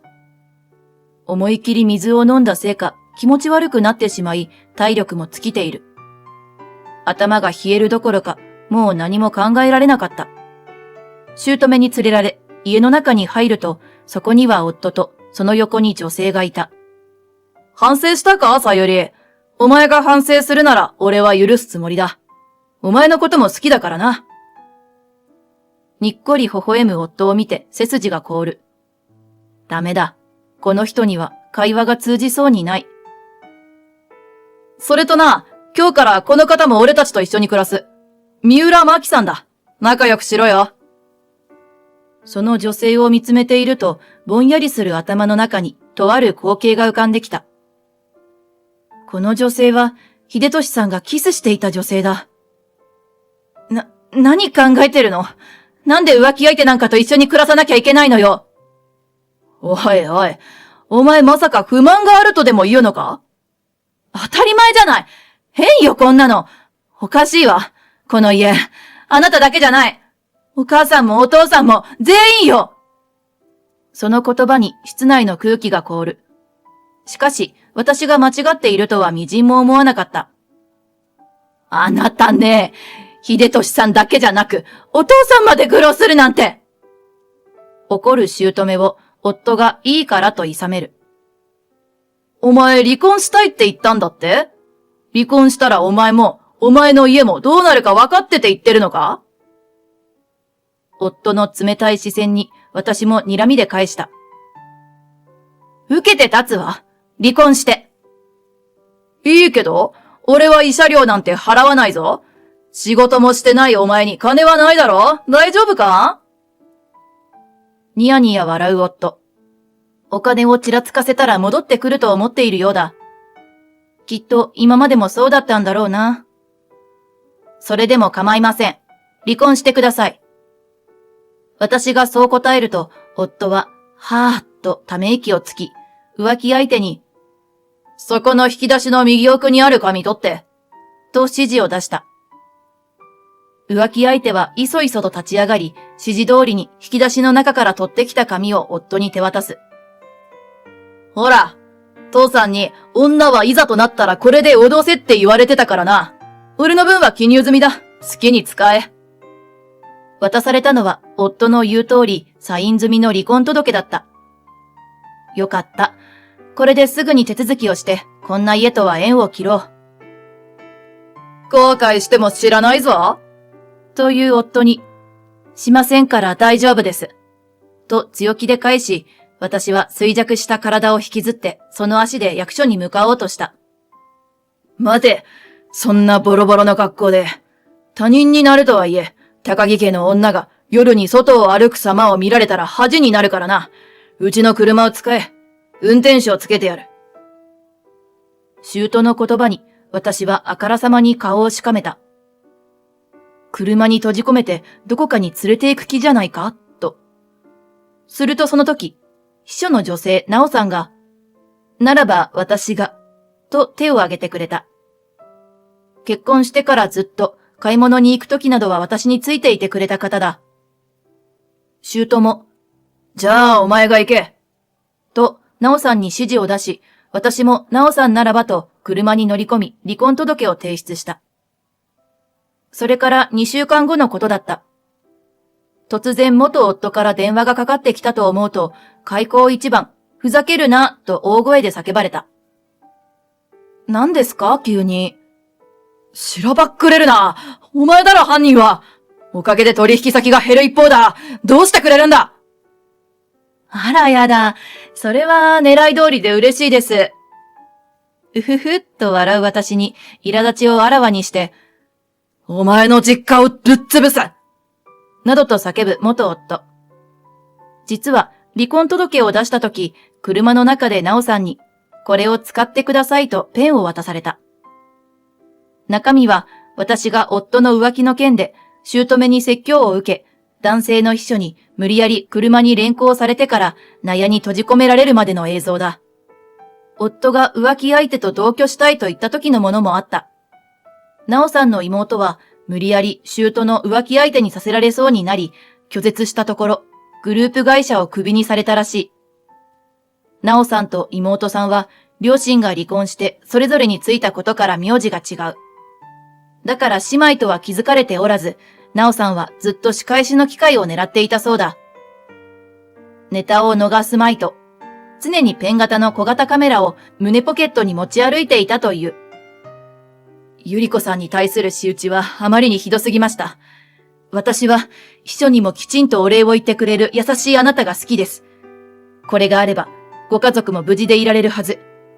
使い方は自由です。どうぞ持って行かれてください。そう言ってデータを託してくれたのだ。こうして格好のネタを手に入れた私は出版社に勤める友人に連絡を取った。あの家の実情を表に出すためだ。もとより離婚したらこうするつもりでいたのだが、あれだけひどい目にあった時の証拠を得られたのはありがたい。そして私はデータを雑誌社に売り、一族の非常な実態は雑誌や新聞だけでなく、SNS でも拡散されることになった。なんせ国会議員を輩出した家系なので、国を代表する大手企業ではなくとも、それなりにスキャンダラスなその内容に人々が食いつくのは予想通りの展開と言えた。大体お前、親父とお袋の浮気まで暴露して何がしたいんだ？あなたの家の膿を全部出そうと思っただけよ。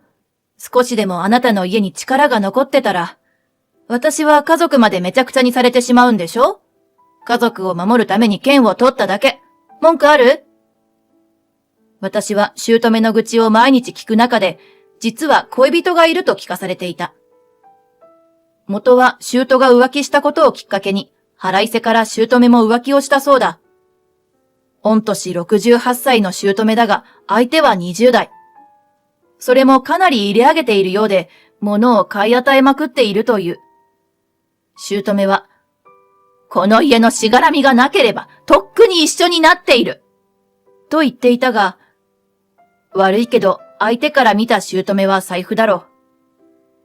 ちなみに、姑の浮気遍歴は、この男だけでなく、過去にもたくさんいたらしい。姑への腹いせだなんだ言いながら、姑も十分楽しんでいるので、どっちもどっちである。おかげで父さんが、母さんと離婚するとまで言ってるんだぞ。お前のせいだ。あら、高木家は離婚しちゃダメなんじゃないの？自分が耐えられなくなったらあっさり意見を変えるなんて、器が小さいのね、あなたのお父さんは。うるさい！原因を作った奴が偉そうに言うな！原因って笑わせないでよ。浮気しまくってたあなたの両親が悪いんでしょ？あと、浮気して私と離婚になったからこんなことになってるあなたもね。どうするんだこの家が没落したら！俺はこの家と会社を継ぐただ一人の人間なんだぞ！このままじゃ何もかも失ってしまう！徐々に元夫が涙声になる。自業自得なんだから、みっともなくメソメソと泣かないでほしい。はぁ。そんなに思い入れの強い家と会社なら、このまま没落しても、あなたが気合い入れて立て直せばいいだけでしょ？やり直そうっていう考えはないの？初めから有利じゃないと何もできないなんて、かっこ悪い人ね。うるさい！子供の頃から後継ぎとしての期待を一瞬に受けた俺の、約束された未来が閉ざされる気持ちなんて、平民のお前ごときにわかるわけがないんだ！あなた、本当に自分だけが後継ぎとして期待されてたと思う？当たり前だろ？まあそうね。まともな息子はあなただけだもんね。何が言いたい？俺は一人っ子だ。お前も知ってるだろ？あなたには腹違いのお兄さんがいるわよ。でたらめ言うな。何の話だ？あなたと離婚してすぐ、私は親のつてで知人の探偵を雇ったの。でもあなたの家って有名だから、探偵を雇うまでもなく、いろんな情報が出てきてね。それで、俺に兄？ふざけるな。そんな話は聞いたことがない。激高する元夫に、私は今節丁寧に兄の存在を説いてやった。でも本当よ。あなたの家のお手伝いさんだった三輪あかりさん、知ってるわよね。お父さんはその人との間に子供を作ってるの。私の言葉に元夫は絶句した。三輪？あいつが？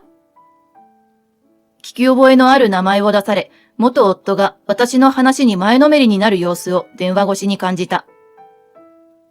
まあ、認知もしてもらえていないらしいけどね。本妻の私にまだ子供がいないのにって、当時新婚だったお母さんがすごく嫌がったそうよ。お母さんがあなたを授かっても、お父さんはあなたより初めてできたあちらの子供の方を可愛がっていて、家を継がせたかったと周囲にも言っていたほどらしいわ。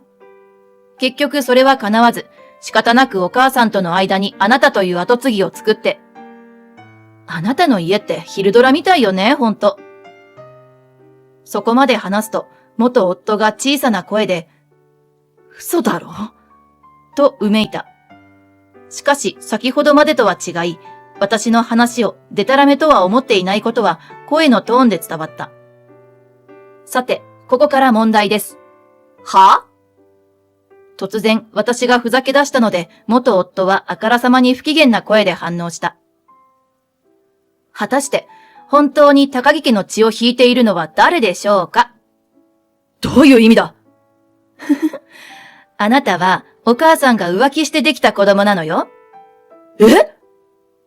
あかりさんの妊娠を知ったお母さんが腹いせに、当時運転手をやってた男性とできちゃったんですって。ついでに子供もできちゃった。それがあなた。そんなわけないだろ？本当よ。お父さんも気づいてないけど、私の方の調べでは、当時のお母さんとあなたの実の父親の関係を知る人もいたわ。嘘だ！嘘だ！嘘だ！嘘だ！俺はこの家の唯一の跡取りなんだ！そうじゃなきゃ、俺のこれまでの努力は、一体何のために？癇癪を起こした子供のように元夫がわめく。だから、唯一の跡取りは、あかりさんの子供なんだってば。あなたお父さんの血なんて、ひとしずくも入ってないんだから。疑うなら自分で DNA 検査かけてみなさい。あとはもう泥船でしかないその家を、これから血の上では他人のはずだったあなたがどうするか見ものね。じゃあ頑張って、バイバーイ。思わず口元が M のを隠しきれず、私は元気に元夫に別れを告げて電話を切った。元夫はよほどショックだったのだろう。ずっと黙ったままだった。それから私のリークがきっかけで、他の雑誌社でも元夫の家のスキャンダルが話題となった。元夫があの家の血を引いていないことや、義父の脱税、義母の運転手に対する暴言なども次々に判明し、私が想定したよりも速いスピードで元夫の家は没落し、事業もすべて閉業。地元でも、ろくでなしの一族として指をさされ、今は一族もろとも逃げるようにこの町を転がり出て離散し、質素に暮らしているという。親戚たちは質素に暮らせていても、元夫は雑誌で顔や名前が世間に広まってしまったので再就職に難航。元部下などを頼り、仕事を斡旋するよう命令したものの、もはや権力のない元夫の言うことなど聞く者もおらず、その行為もまた雑誌に載ってしまい、ニッチもサッチもいかなくなって、現在プー太郎状態だそうだ。義父と義母は離婚し、同じく再就職もできないまま、慰謝料問題で揉めているという。最後まで醜い一家だった。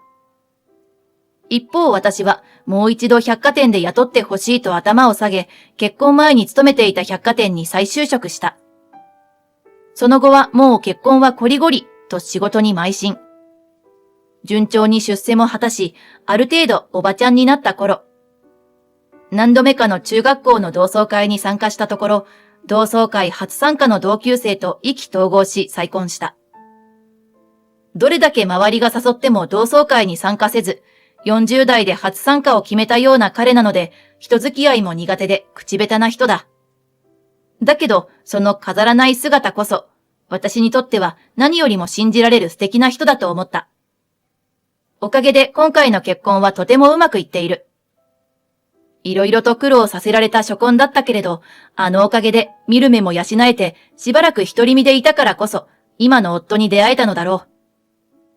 そういう意味では、私の人生も捨てたもんじゃない。元夫にもちょっとだけ感謝。今はそう思える。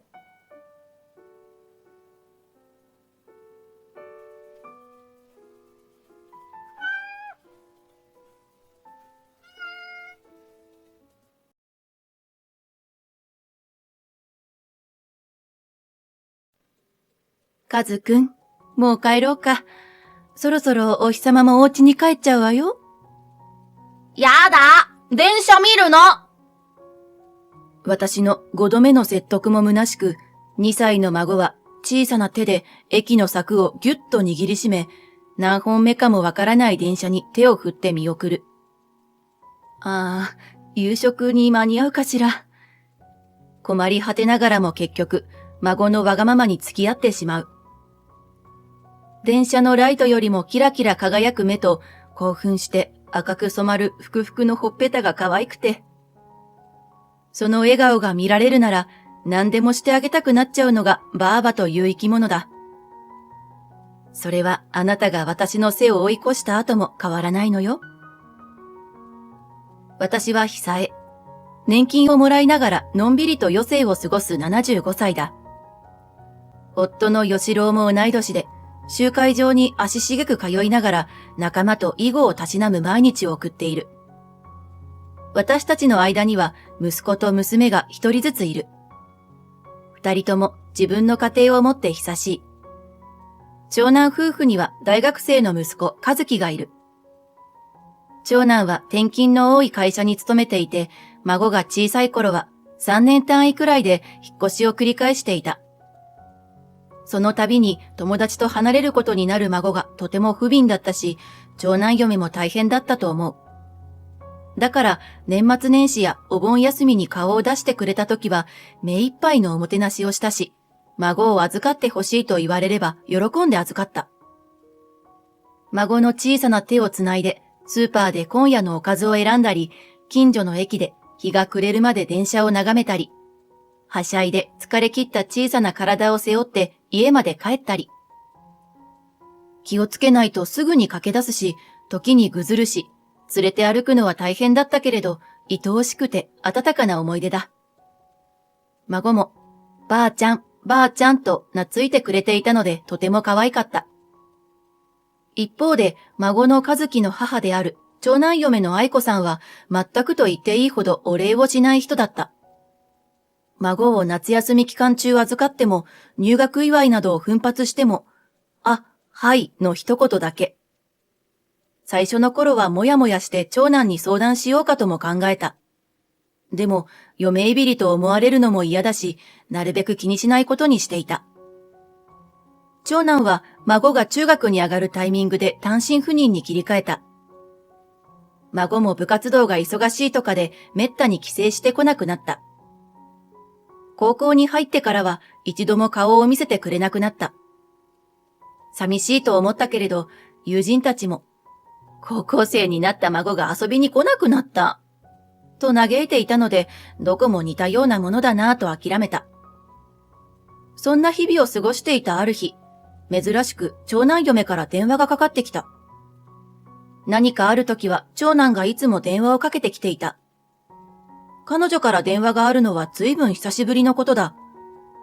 もしかして長男に何か悪いことでも起きたのだろうか。一瞬のうちに恐ろしい想像をしてしまった私は恐る恐る受話器を取った。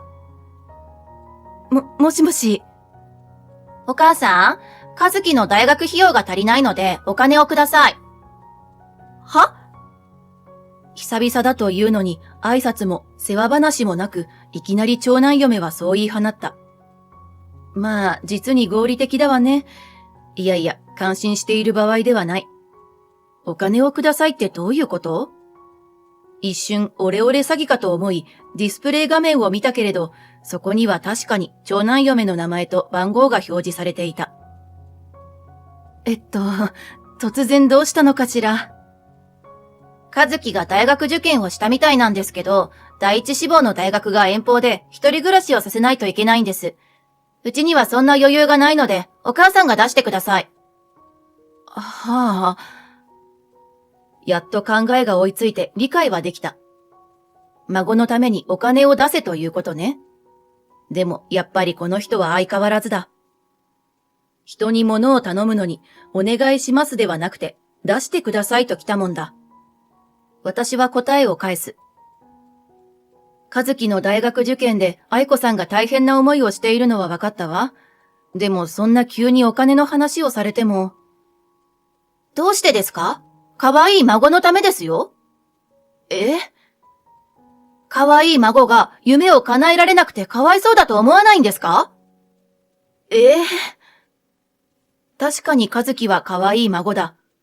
高校に上がってから会えていないけれど、それでも何かあったら助けてあげたいと思えるくらい大切な存在だ。でも、孫の存在を人質にして援助を迫るというのは違うんじゃないかしら。息子とはしっかり話し合ったの？本当に息子の稼ぎじゃ足りないの？夫は単身赴任中だって知ってますよね。知っていてそんなことを言うんですか？離れていたって話し合わなくていいわけじゃないでしょ？はぁ。物分かりの悪い老人に呆れたとでも言うかのように長男嫁がため息をつく。ため息をつきたいのは私だ。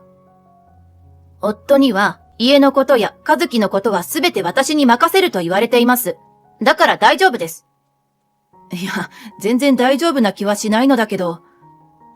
とにかくお金の話に二つ返事とはいかないわ。お父さんと話し合ってみるから少し待ちなさい。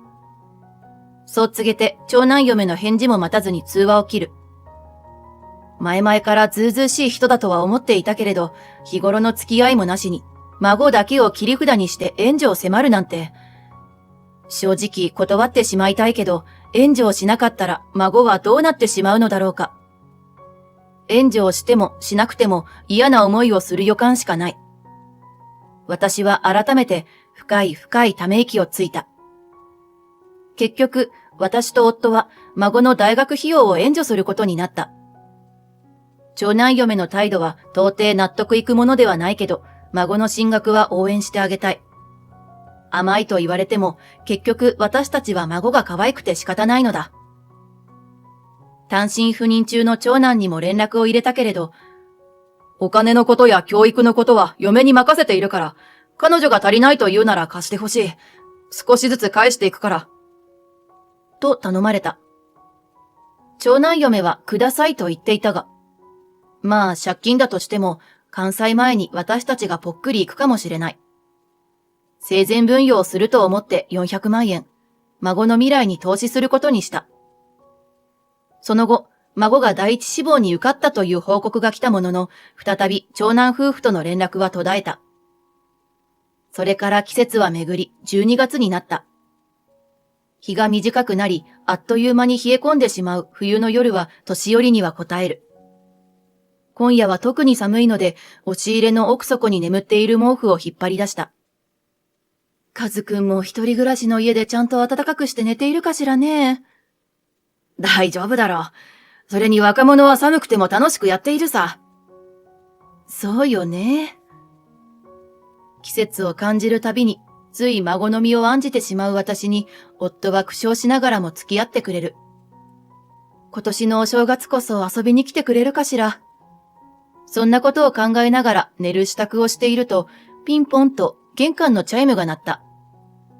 思わず夫と二人顔を見合わせる。時刻は22時。人が訪ねてくる時間帯ではない。恐る恐るインターホンを覗く。カズくん？そこには、記憶の中よりも大人になった孫の和樹がやつれた顔をして映っていた。和樹がなぜ、どうして、どうやってここまで来たのか全くわからない。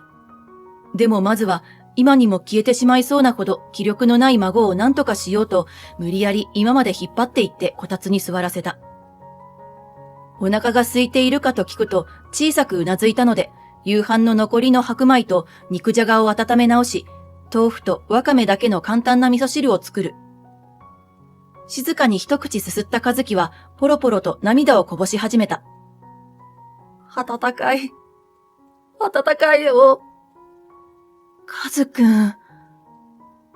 泣きながらご飯を頬張る姿はとても今時の大学生だとは思えない。よく見れば冬の夜とは思えないほど薄着で肌ツヤも悪い。私と夫は孫の尋常じゃない雰囲気に戸惑いながらも食事風景を静かに見守った。食事が終わり、いくらか顔に赤みが戻ってきた和樹に問いかける。カズくん、ご飯はちゃんと食べてる？お洋服は持っているの？和樹が静かに首を横に振る。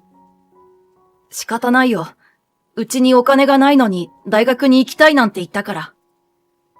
諦めたようにこぼす孫に、長男嫁のお金がないという言葉を思い出す。本当に孫が困窮するほどお金がないのだろうか。長男は転勤が多い分、そこそこ給与も手当も充実している会社に勤めているはずなのだけれど、そんなにあなたのうちはお金がないの？うん。だから俺が全部出さないといけないんだ。なんとか学費は奨学金を借りられたけど、生活費やアパート代はバイトで稼がないといけなくて。でも大学に通いながらじゃ家賃や光熱費くらいしか稼げなくて。そんな。しかも11月に体調を崩してほとんどバイトに入れなかったから12月は収入がなかったんだ。家賃も払えなくてお腹も空いてどうしようもなくて。それでもバイトに行くために駅のホームに立っていたら聞き覚えのある駅名行きの電車を見つけて、昔ばあちゃんと電車を眺めていた駅だって、これに乗ればばあちゃんに会えるって気がついたら飛び乗ってて。カズくん。私よりも随分大きくなったはずの孫が幼子のように小さく震える。ごめん、ばあちゃん。ずっと会いに来なかったのに、こんな時ばかり。俺。涙をこぼす姿がたまらなくて、丸まった背中をそっとさすった。いいのよ、いいの。困った時にばあちゃんのことを思い出してもらえて嬉しいわ。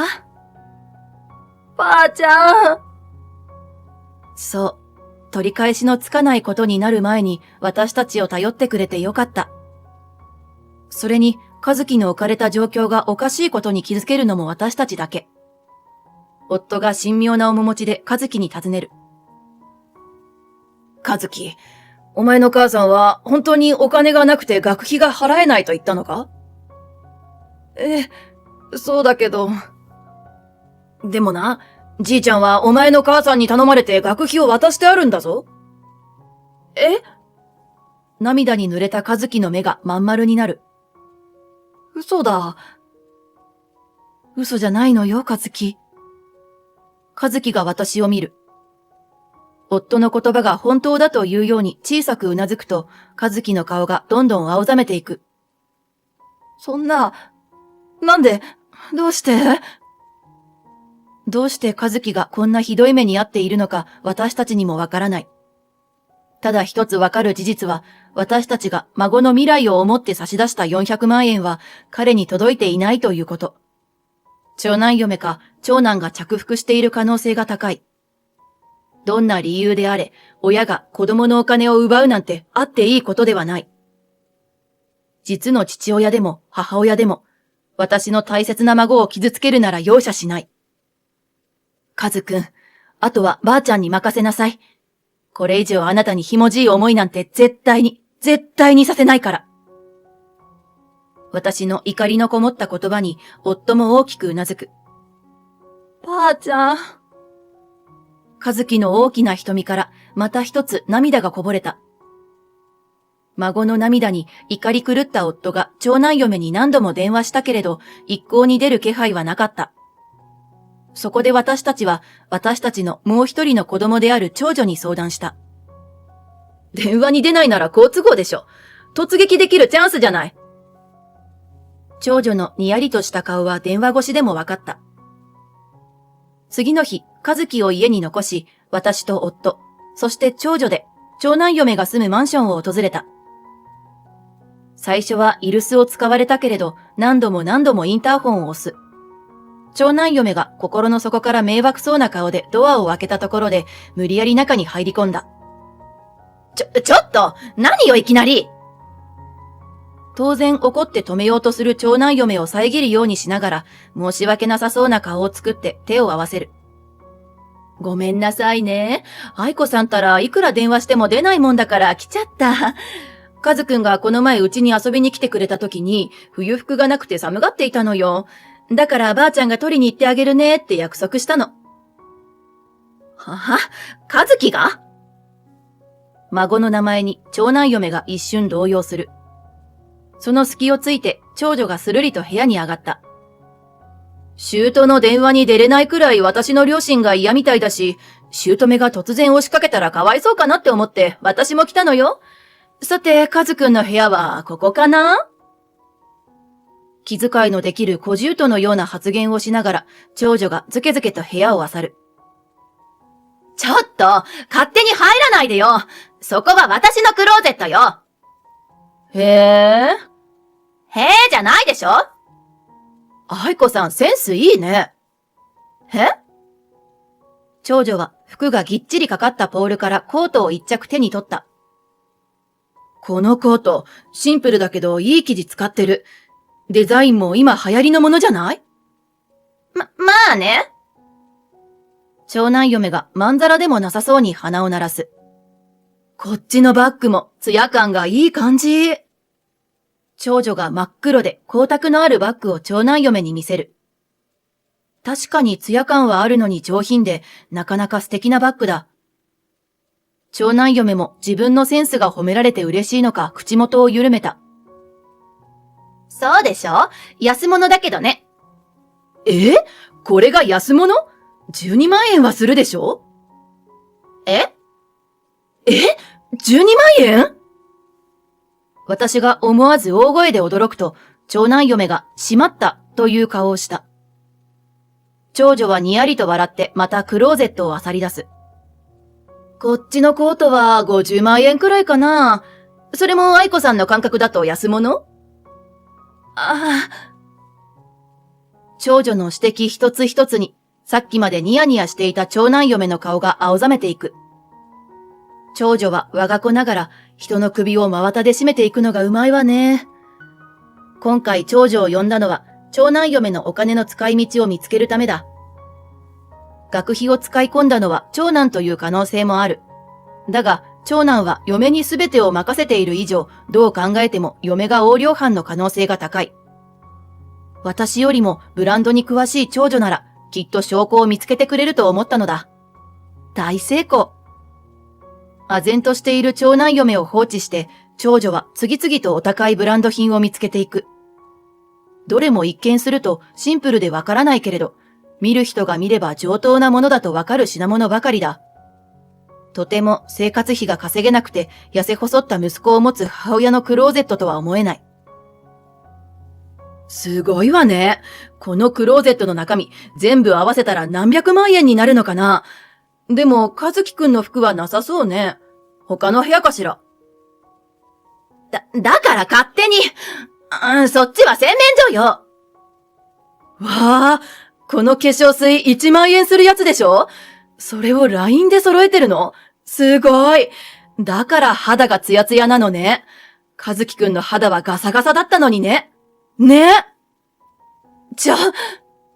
うわぁ、シャワーヘッドもドライヤーもお高いやつ。こりゃセレブの生活だよ。いいなぁ、お兄ちゃんの稼ぎでこんないい生活できるんだ。待ってよ！長男嫁が発狂しても、長女の無双っぷりは止まらない。イライラと頭をかきむしる長男嫁に、私も嫌味を放ってやった。長女に負けていられない。ずいぶん豊かな生活をしているようね、愛子さん。これなら私たちからの援助もいらなかったんじゃない？それは…でもおかしいわね。孫は学費は奨学金で、生活費はバイトで稼いでるって言ってたわよ。あなたはこんなにいい暮らしをしているのに？ねえ、愛子さん。400万円、どこに行っちゃったのかしら？このコート？それともこの化粧品？違う！目をキョドキョド、口をパクパクさせながら言い訳を必死に探す長男嫁を思いっきり睨みつける。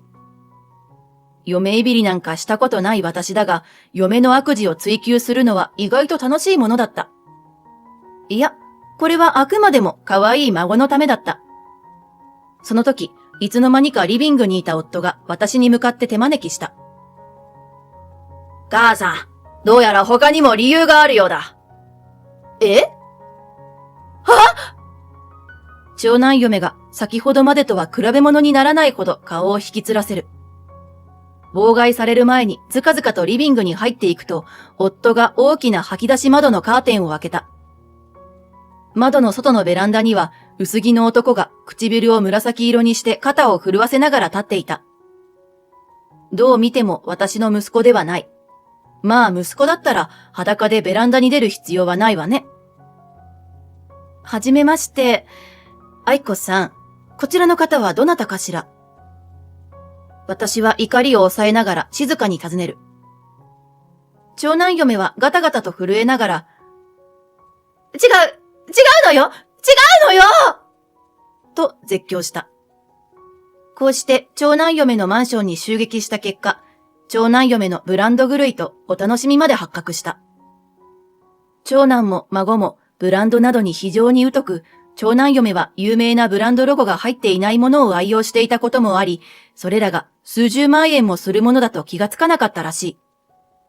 さらに夫と息子がいないのを利用して、ここ最近は浮気男と反同棲生活を送っていたようだ。もちろん、私たちが和樹のために援助した400万円は、ブランドバッグと浮気男との華麗な生活のために全部使われていた。なんて最低な話だろ。もちろん、長男夫婦は離婚となった。長男嫁は、寂しかったの、とか、一人で育児と家事をしていて、ストレスが溜まっていたの、だとか、ざれ言を並べていたけれど、誰も耳を傾けない。結局、元長男嫁に対しては、ブランド品に使い込んだ費用と浮気の慰謝料、合計1000万近くが請求された。大事なブランド品をすべて売り払っても返しきれなかった部分は、毎月分割で返済していくらしい。彼女ももう45歳。結婚してからまともに働いたこともないようなので、安定した職業に就くのも難しそうだ。この先、大好きなブランド品を手にできることもなく、70歳近くまで借金を返す生活を送ることになるだろう。浮気男の方も慰謝料を払った後はあっという間に逃げたようで、元長男嫁は築45年のボロアパートで一人、細々と暮らしているようだ。寂しさと貧乏生活に耐えかねた元長男嫁は、和樹にすり寄ろうと大学に突撃したこともあるようだ。でも和樹は母親の悪行をすべて知っている。すがりつく母親に目もくれずに立ち去ったらしい。まさか子供に見捨てられるとは思っていなかった元長男嫁は非常にショックを受けていたという。どこまでもおめでたい人だ。一方、和樹の父親である長男も単身赴任で長男嫁に全てを任せっきりにしていたことを深く反省したようだ。和樹に詫びて、学費と生活費は必ず父親である自分が責任を持って全て出すと約束した。それでも、和樹が余計な苦労をした事実は変えられないので、これからしっかり挽回していってほしい。それから3年が経過したお盆休みのことだ。ばあちゃん、草刈り終わったよ。ありがとうね、和くん。さ、冷たい緑茶とスイカを用意したから縁側で食べましょう。汗を拭きながら縁側に座る和樹の隣に真っ赤なスイカを置くと嬉しそうにかぶりついた。その食いっぷりの良さが気持ちよくて、私もつられてスイカに手を伸ばす。長男夫婦が離婚してから、和樹は大学の長期休みのたびに顔を出してくれるようになった。気を使うことないのよ、と言っても。俺がばあちゃんたちに会いたいんだって。と笑って聞かない。そして私たちができない力仕事をやってくれたりした。そんな優しい和樹も来年からはいよいよ社会人だ。約束通り、父親である長男が学費と生活費をしっかり払ったため、大学生活を謳歌でき、無事憧れだった仕事の内定を手に入れたらしい。和樹の努力が報われてよかったと心の底から思う。スイカの種はペッてしなさいね。お腹壊すからね。もうばあちゃん、俺もう子供じゃないんだから。仕方ないじゃない。あなたがどんなに大きくなったって、ばあちゃんにとってはずっと可愛い孫なんだから。私の言葉に和樹は呆れたように、でも嬉しそうに笑う。あなたのその笑顔がばあちゃんにとって世界で一番価値があるのよ。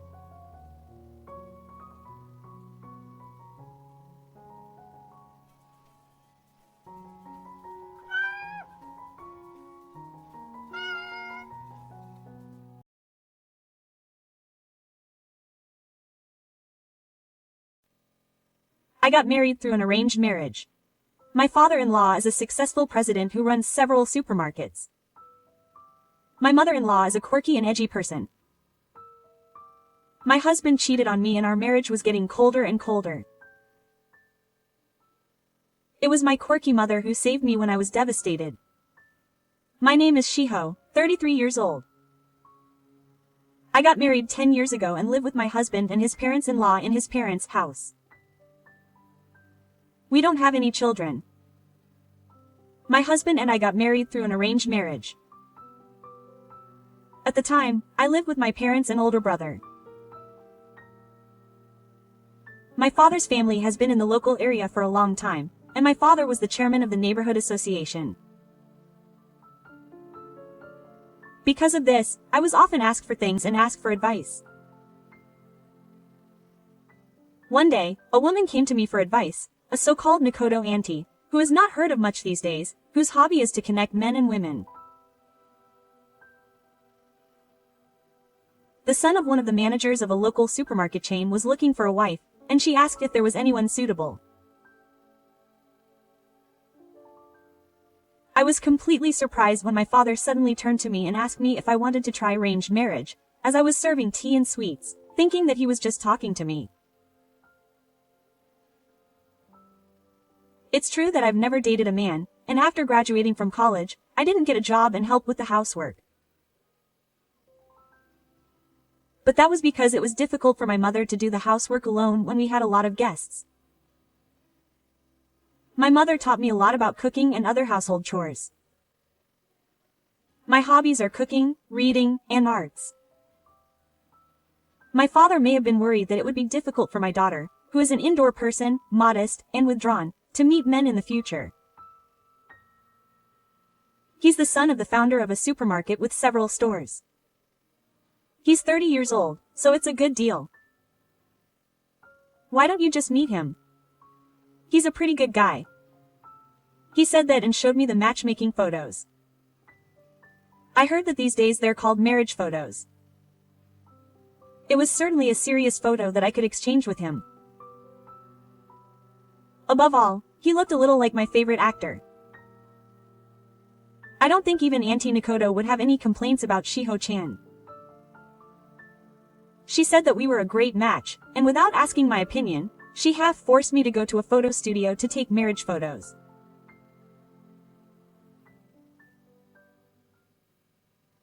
I was about to say, no, it's me, but my aunt cut me off and said that if I didn't like it I could refuse after the matchmaking, but I felt pressured that if I refused I wouldn't be forgiven, and so I followed her.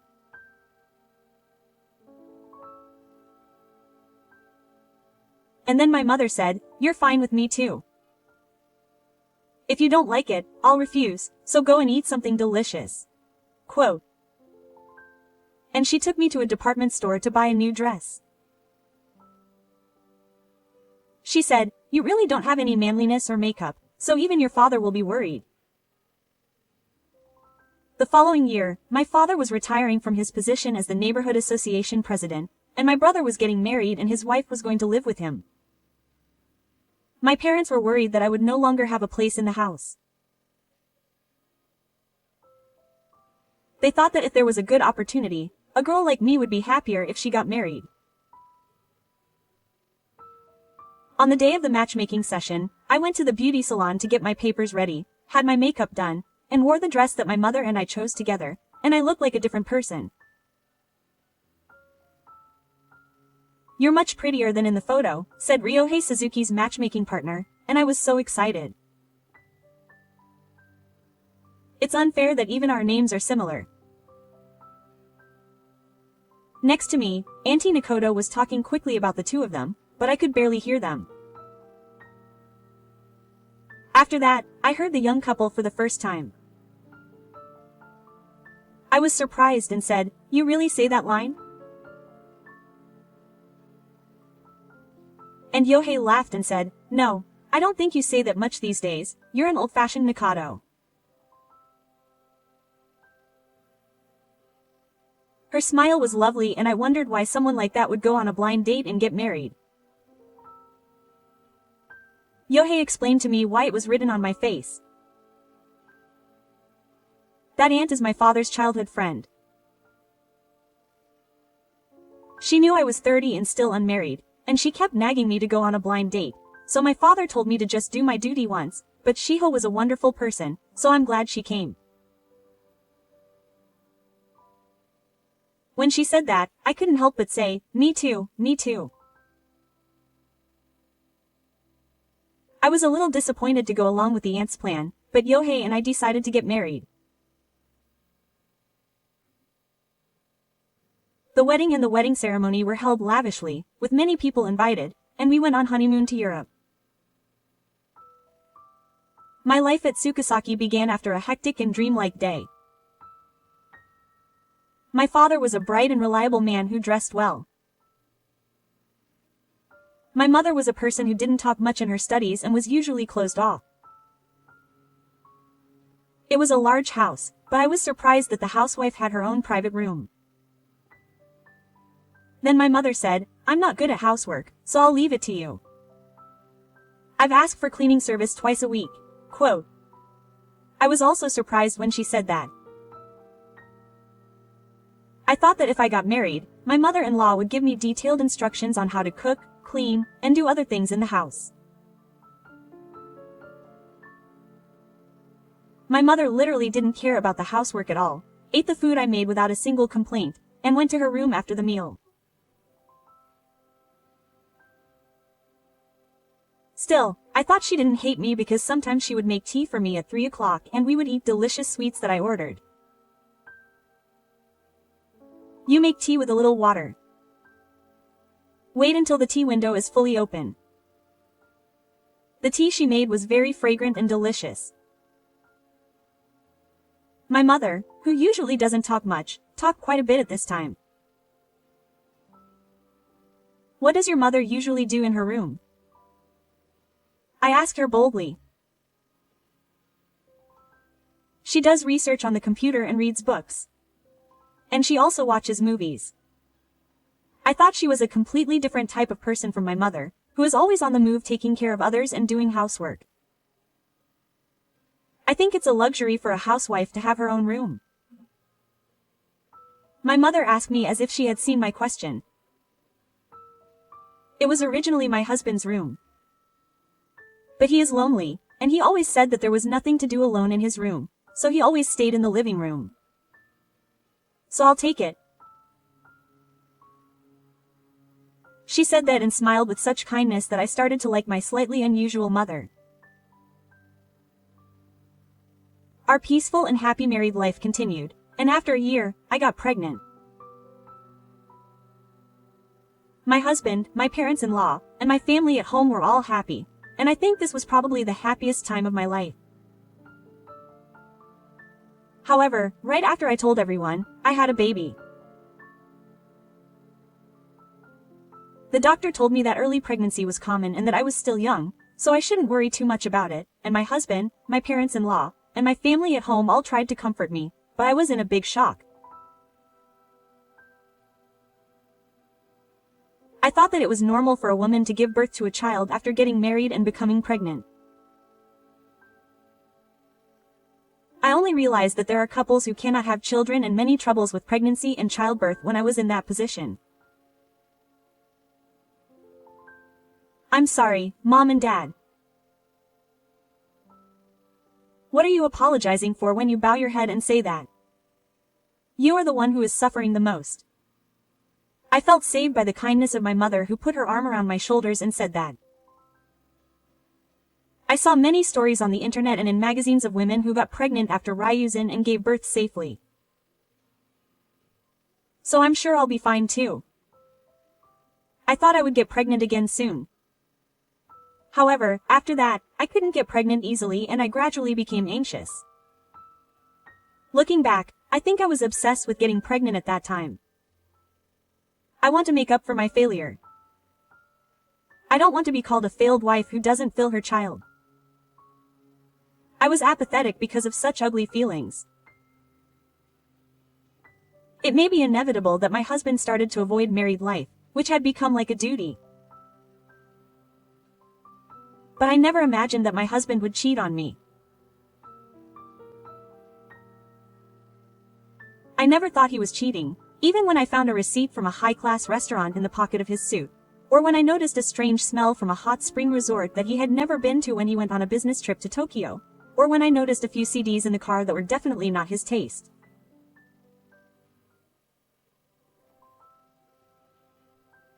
I noticed that he had started to exchange line messages with someone frequently, but I couldn't voice my suspicions. Around that time, Gifu collapsed from a stroke and survived, but he was left paralyzed in half by his psychiatric disorder and retired from work. My husband took over as president. For a while, he was called acting president. My mother and I decided to take care of my father-in-law at home. If it weren't for Shiho, we would have put him in a facility. My mother said that, but she cared for him as well. At that time, I felt that there was love between this couple. What about us as a couple in exchange? We've been married for 10 years. Now we have separate bedrooms, and we hardly ever have a conversation, let alone a married life. My husband, who took over as president, has been frequently absent from home due to being busy. When he comes home, he complains that the house is completely unreliable. His father has Hanshin palsy, his mother is a weirdo, and his wife is a troublemaker, and he is uncomfortable. Recently, I have become convinced that my husband is cheating on me. He is openly calling the other woman at home, as if he has no intention of hiding it. I guess who he is doing business with, but I can tell from his expression that it is not the case. Where did I go wrong? If only I hadn't done that at that time, I would not have thought such a thing, but was it wrong that I became concerned about the fact that I was pregnant afterwards? Was it wrong that I avoided confronting my husband and did not confront him when I first suspected him of cheating? When I realized it, I felt like I had already come to a point of no return. One day, I unfolded a piece of paper in the breast pocket of my husband's suit, which he had returned from an inspection, and it was a picture of a father that looked like it had been painted by a small child. Everything went dark in front of my eyes and I almost collapsed. Judging from the picture, the cute picture of the man, about 45 years old, with the word "Dad" written in hiragana, cut my heart. Hey, what are you doing, like you're sneaking around? My husband came into the room and said cold words to me. Oh, what's this? He put it in his pocket without asking. It's just a small child. My husband said this without any apology when he saw the paper in my hand. You noticed, didn't you? That I have another woman. I noticed. But I didn't know he had a child. The existence of the child that I couldn't have with me devastated me. That's right. Children are cute. You're already earning money, so you can quit and leave. I'll pay you alimony. If I get divorced and leave, my husband will probably remarry his affair partner. We already have children, so it might be better for this family.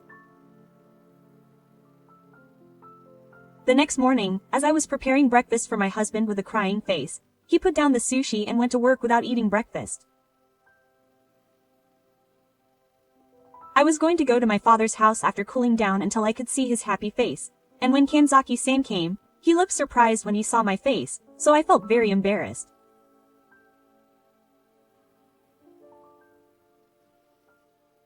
Kanzaki-san is my father's secretary, but he is more like a personal secretary than a company secretary, and he is a man in his mid-40s.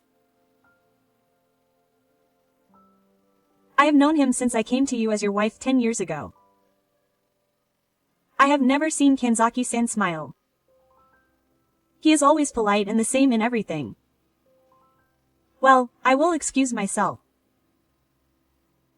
Kanzaki-san said the same thing that day and bowed her head and left. I cleared my mind and told my parents-in-law what I had thought last night. Shiho-san will not leave. Mom said that without changing her expression. But it was my son who broke the rules first. You are not at fault. That's right. In terms of ratio, it's 8-2. No, it's about 9-1, and my son is at fault. But we didn't have children. It doesn't matter. You are a good wife. And if you leave, it will be hard for me to take care of this person by myself. Suddenly, I noticed that my father-in-law was nodding. Is it okay for me to stay in this house? Of course, if you want to leave, I won't stop you. Choose for yourself. Choose for yourself. Until now, I have always been swept away, doing what someone told me to do, pretending not to notice even if there was something I wanted to say. I want to stay here. At this moment, I felt like I was able to clearly express my intentions for the first time. 6 months later, my father-in-law suffered another cerebral infarction while sleeping and passed away.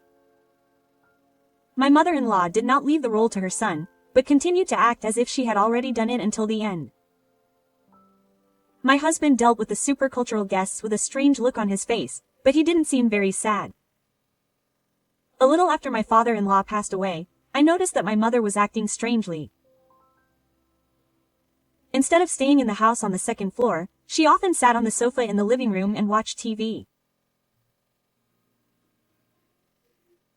She didn't change the channel, just watched the screen, and didn't laugh even if a comedy show was on. My husband saw his mother like that and thought, .. you've gone senile since my father died. Please stop, .. He said this in a voice that my mother could hear. What are you saying? Aren't you worried?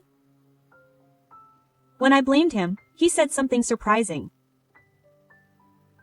More importantly, you're not leaving even though you've finished caring for my father. I guess you're after his fortune. I'd never thought of that before, so I was sad. Then Ori-san tried to go out to the garden, but fell at the entrance and sprained her ankle badly. She had trouble moving around the house, so she had to use a chair. The house is large, so it's well built to not bump into things, so it's not rear-free. She can't move even on a small step, so I have to lift the wheelchair a little every time. When my husband came home from work, he saw this and said, without helping him, "You'll get more senile if you can't sprain your ankle." I'm not into caring for my grandmother, so please take care of her until she dies. I was also angry at this. What are you? Is that what your son is saying? Yes, yes. You can earn points like that. I'll give you a little bit of my inheritance, so do your best. With those words, my husband left. He must have gone to the house where his lover and child were waiting again. I was so angry and frustrated that I almost cried. Then suddenly my mother-in-law burst out laughing. What, Mom? What's wrong? For a moment I thought Mom had really gone crazy. Then my mother said in a clear voice, "Ah, that's strange. You're such a stupid son. I've made up my mind. Let's start by selling the house." Mom took out the smartphone in her pocket and called Kanzaki.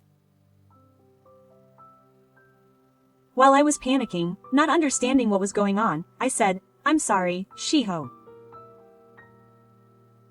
I'm sure I was depressed after my husband died, but I'm not senile. I was thinking about something." "But you didn't react at all when you were watching TV. That can't be helped. Because it's not fun." Kanzaki came in with documents. Since Yohei became the acting president, the company's performance has not been good. Not only the sales of each store but also the employees' income has been declining. The main reason is that Hisako and the president got acquainted through management, but the mercenaries' habit of spending money is also at a level that cannot be ignored. Saying this, I showed my mother something like data. Hisako is my mother's name. What do you mean? When I asked that without thinking, Hisako was the actual manager of our company. Kanzaki gave me a surprising answer. Our company grew thanks to the president's popularity and Hisako's management sense. And Kanzaki, it's all thanks to you. You made up for what we lacked as a couple. So the reason why my mother stayed in her room was because she could see all the store data and security camera footage on her computer in her room. It's true that she read books and watched movies. But why wasn't the vice president or something good enough? Because I'm not the type to be in charge of others. Saying this, my mother looked into the distance. I think she probably saw the late Gifu in the distance. I understood the mercenary's true nature and his true feelings. I can't leave the company to that girl. I have no intention of giving up this land or this house. Kanzaki, why don't you become the president? Is it so easy to give up the job of president? No, I'm like Hisako and I'm not worthy of being in charge of others. I agree. That's a problem. Then, Tsukasa, you should become the president. I didn't understand what your mother was saying. It's impossible for me to suddenly become a president without any social experience. It's okay if I say that. Kanzaki will back me up. I have an eye for private people. Tsukasa has a charm that makes people want to help him. That's enough for a president. You're kind and can take care of things, and there's a culture that welcomes female business owners, so it's okay. Even Kanzaki says that. But she has a real son, and when I said that, she told me another surprising fact. That child is not her real son. Apparently, her parents-in-law couldn't have children. At that time, infertility treatment technology was not as advanced as it is now, and many people said that infertility was the woman's fault, so it seems that her mother had a very hard time. In the end, the cause was my husband, but by the time I found that out, I was already over 40, so I received a letter from Odazawa's nursery. When he came to this house, the mercenary was already 5 years old, so he should know. Is it possible to behave so badly because you're not his real parent? I said earlier that I have an eye for people, but you don't know about children. Oh, I don't want that. That would mean I didn't raise him well, would it? His mother said, in agony. In any case, the mercenary is unfit to be a manager or a family man. Kanzaki gathered everything that couldn't be refuted, including evidence of infidelity. I'm going to get that child out of the company and out of this house. I thought that if his mother said that, it would surely be true. Sell this place to Kazaki Sakyu. I'd like to live in an apartment for my new home. I'd like to live in a power apartment, but living in Tokyo is troublesome now, and there are quite a few multi-story apartment buildings in front of this station, so that would be good. As I get older, it's a pain to climb stairs. Oh, so the reason why she's been in the living room lately is because we got to know each other from the business, but the only toilet in this house is on the first floor. Old people have to go to the toilet often. My mother said as if she was being disheveled. I thought that she looked a little cute. So, Shiho, are you going to be the president or not? I'll do it. I answered without thinking. I thought this might be a big opportunity. It's a chance to change my personality in my life. On the day of my inauguration ceremony as president, my husband's mercenary changed his mind and came in. What is this? What's going on? I got a sudden call from Kanzaki yesterday, and when I went to the house, it was demolished. I'm the president. What kind of joke is this woman being the president? I'll shout it out in front of the employees. You were only the acting president. Based on the company's performance during that time, the evaluation from the employees, and all the data, it was evaluated that the company's development could not be expected if you were the president. I went there without changing my expression. It was the result of practicing in front of the mirror many times last night. And the high-class suit you tailored and the materials for the high-class club next to it are all company money. You can sue your coworkers. Voices of surprise and laughter rise up among the employees. Damn, remember that. Leaving such villainous words, my husband ran away from the venue. I'm sorry for showing you such an unsightly side. I have no knowledge or experience, but I would like to make the company better with your help. Please do your best. When I bowed my head and said that, there was a warm round of applause. When the inauguration ceremony ended and I left the venue, my husband was waiting for me outside. Hey, don't mess around. What happened to my house? That house and this company are mine. When Baba dies, it will be mine. Violence is not good. Kanzaki grabbed my husband's arm, who was angry, and grabbed me by the collar, and twisted it, and said, "Tell me what the hell. What are you doing, just a secretary? Even if you're just a secretary, you're much more capable than your former stupid son." My mother, who had recovered from a sprain, walked firmly on her own 2 feet and said, "I've already sold that house and the land, and you have no place in this company. Since we've been together for a long time, I'll give you my legal inheritance. You'll start over somewhere unknown with that money." Following my mother's mature attitude, I'll say yes. Divorce papers. I've already filled them out. I said that and handed the divorce papers to her. And finally, Kanzaki said, "Oh, by the way, it seems that the child of the woman he had an affair with is not the mercenary's son. Wouldn't it be better to check once?" "What, you're kidding." Leaving my husband there in a daze, we left the place. After that, when my ex-husband confronted her about the woman he had an affair with, she easily confessed and kicked him out. I heard from Kanzaki that my ex-husband, who was now alone, was screaming every day from the inheritance he received. I think he had enough money to open a new store, but I didn't feel like leaving him when I heard from Kanzaki that he would lose both his money and his health if he continued like this. The view from the Seijokai is nice after all. Mom said as she looked at the night view from the large window of the newly built high-rise apartment. The first and second floors are commercial facilities, and the apartment has a supermarket, a bookstore, a flower shop, a hospital, and a veterinary clinic.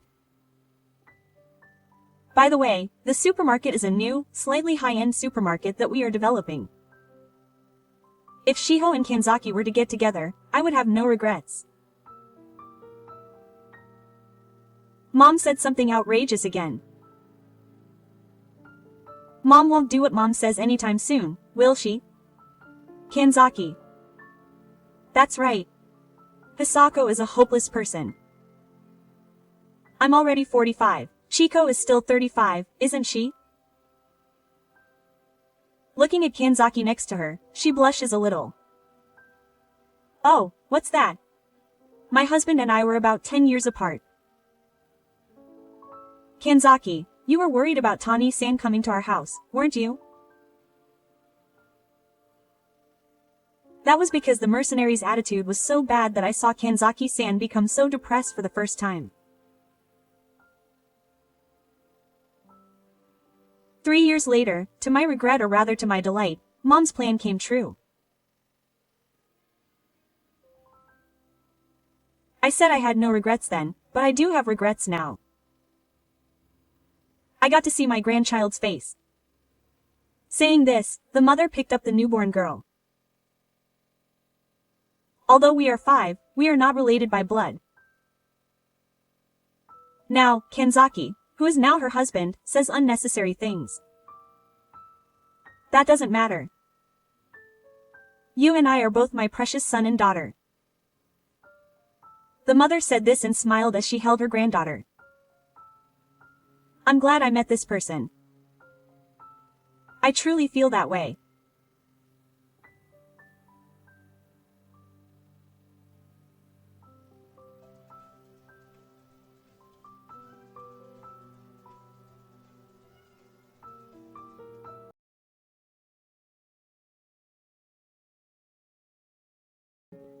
ここ、高級住宅街だぞ。何やってんだよ。私たちはそこのタワマン暮らし。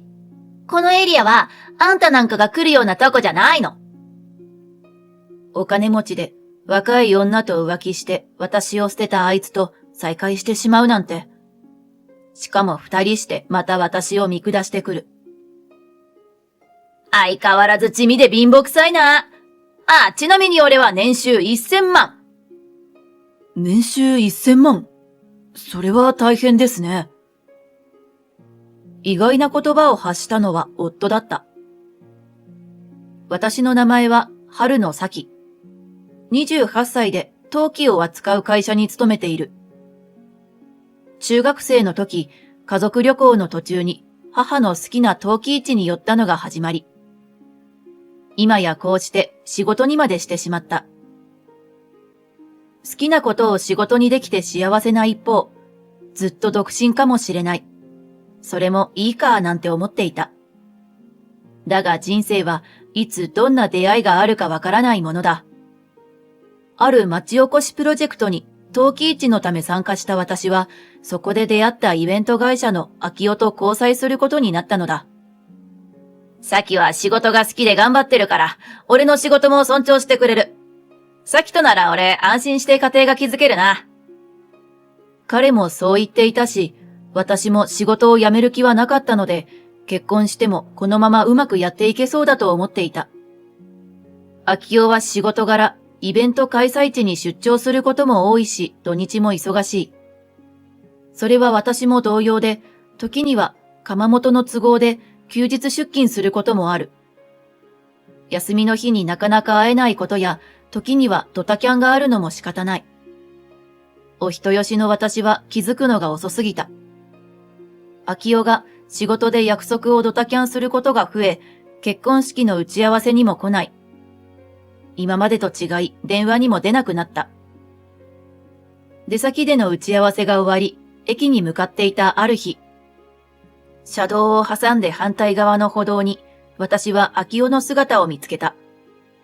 わあ、偶然。今日はこのまま直帰できるし、久しぶりに一緒にご飯でも食べたい。そう思いながら、信号が青になった瞬間、走り出して彼を追いかけた。秋代、仕事終わり？これから一緒に。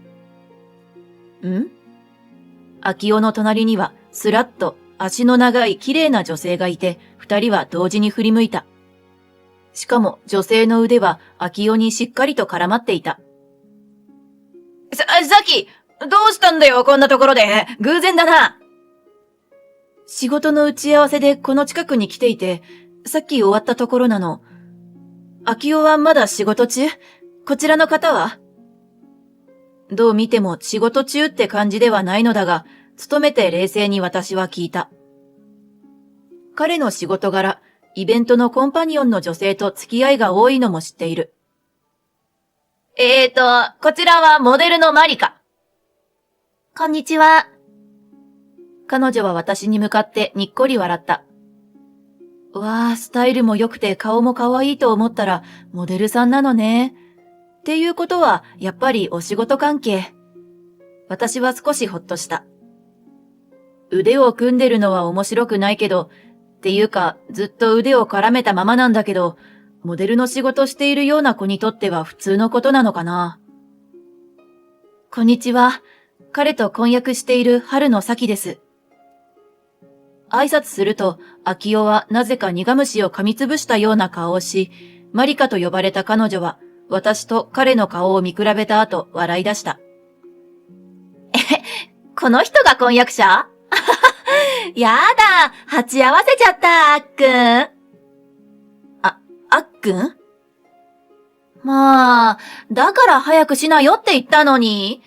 この際だからここではっきりさせてよね。上目遣いで言う彼女にうなずくと、彼は私の方を見た。さき、俺マリカと付き合ってるんだ。は？悪いけど婚約はなかったことにしてくれ。俺はマリカと結婚する。ちょっと何言ってるの、秋代。マリカとは野外フェスのイベントで会ったんだけど、会ってすぐにお互い運命感じちゃってさ。へへへ、ごめんなさい。でも、あっくんの方から、彼女とは別れるからってグイグイ来て。彼女はあっけらかんと言った。そういうわけだから、今までサンキューな。待ってよ、アキオ。とにかく一度ちゃんと話そう。でももうこれ以上話すことなんてねえし。え？俺の気持ちはもう決まってる。マリカは見ての通り可愛くて、スタイル良くてマジ最高なんだよ。まだ24で若いし、家も金持ちなんだぜ。あっくんたら、パパが社長なだけだよ。そんなわけで、俺はマリカと結婚して婿養子になるから。は？仕事も辞めちゃうの？今の仕事好きだったじゃない。マリカの頼みだからさ、今の仕事より儲かるし。ああ、式場ちゃんとキャンセルしといてくれよ。大丈夫、俺の都合だから、ちゃんとキャンセル代は払う。あっくん偉い。早くマリカと一緒になりたいからさ。かっこいい。私はふらふらと倒れそうになるのをなんとかこらえた。これはもう何を言ってもダメだ。彼女の言う通り、秋代の方がメロメロに見える。わかった。なんとか声を絞り出す。まだ泣いちゃダメだ。こんな人たちの前で泣きたくない。おう、じゃあな。これからも土にまみれて頑張るよ。何それ。二人は楽しそうに腕を絡めたまま去っていった。秋代と別れてから2年が過ぎ、30歳になった私は相変わらず仕事一筋の日々だった。今になるとあの男に未練はまるでない。むしろ結婚後浮気されなくて済みラッキーだった。そう考えている。デザインを考えた器たちが焼き上がってくると元気が出た。そんな私を見てくれていた人がいる。もう何年も前から仕事でお世話になっている窯元の職人、たかしさんだ。この人の頭の中身は焼き物だけだと思っていた。その彼から食事に誘われ、3度目に告白された時は驚いた。私も職人としての彼を尊敬していたので、正直とても嬉しかった。だが、大きなトラウマを抱えた私は、どこか恋愛に踏み出せないでいた。だから彼には包み隠さず話した。そもそも私は婚約した時、社内や窯元の関係者にも報告していたから、その後の解消も彼は知っている。黙って話を聞いていた彼は、私にいつも通りの優しい微笑みを向けた。それは辛かったですね。はい。実は君が結婚すると聞いたとき、すごくショックでした。でも君のような素敵な人に相手がいるのは当然だし、アプローチしなかった自分が悪いと思ったんです。え？思いもよらない話だった。君が結婚はなくなりましたって無理して笑ってたときはすぐにでも支えになりたかったけど、時間が必要だと思いました。とにかく仕事に徹していいものを焼き続けることで元気になってもらいたかったんです。そんな前から私のこと？それにこう見えて僕は結構モテるんです。ん？祖父が資産家だからか、かなりの美人に言い寄られたり、付き合ったこともありますが、全然ときめかなくて。土をいじってる時の方がよっぽど楽しいんですよ。はあ。自慢でも、ふざけてるでもなく、真顔で淡々と話している。こういうところが天然、なんて思っていると、彼はまっすぐ私を見た。さきさんが初めてなんです。幸せにしたいと思った人は。少し笑い出したい気持ちになりながら、じーんと心が温かくなった。この人となら大丈夫。自然にそう思えて、嬉しい。よろしくお願いします。と口にしていた。さらに1年後、私とたかしさんは結婚した。会社でも窯元でもみんなが祝福してくれた。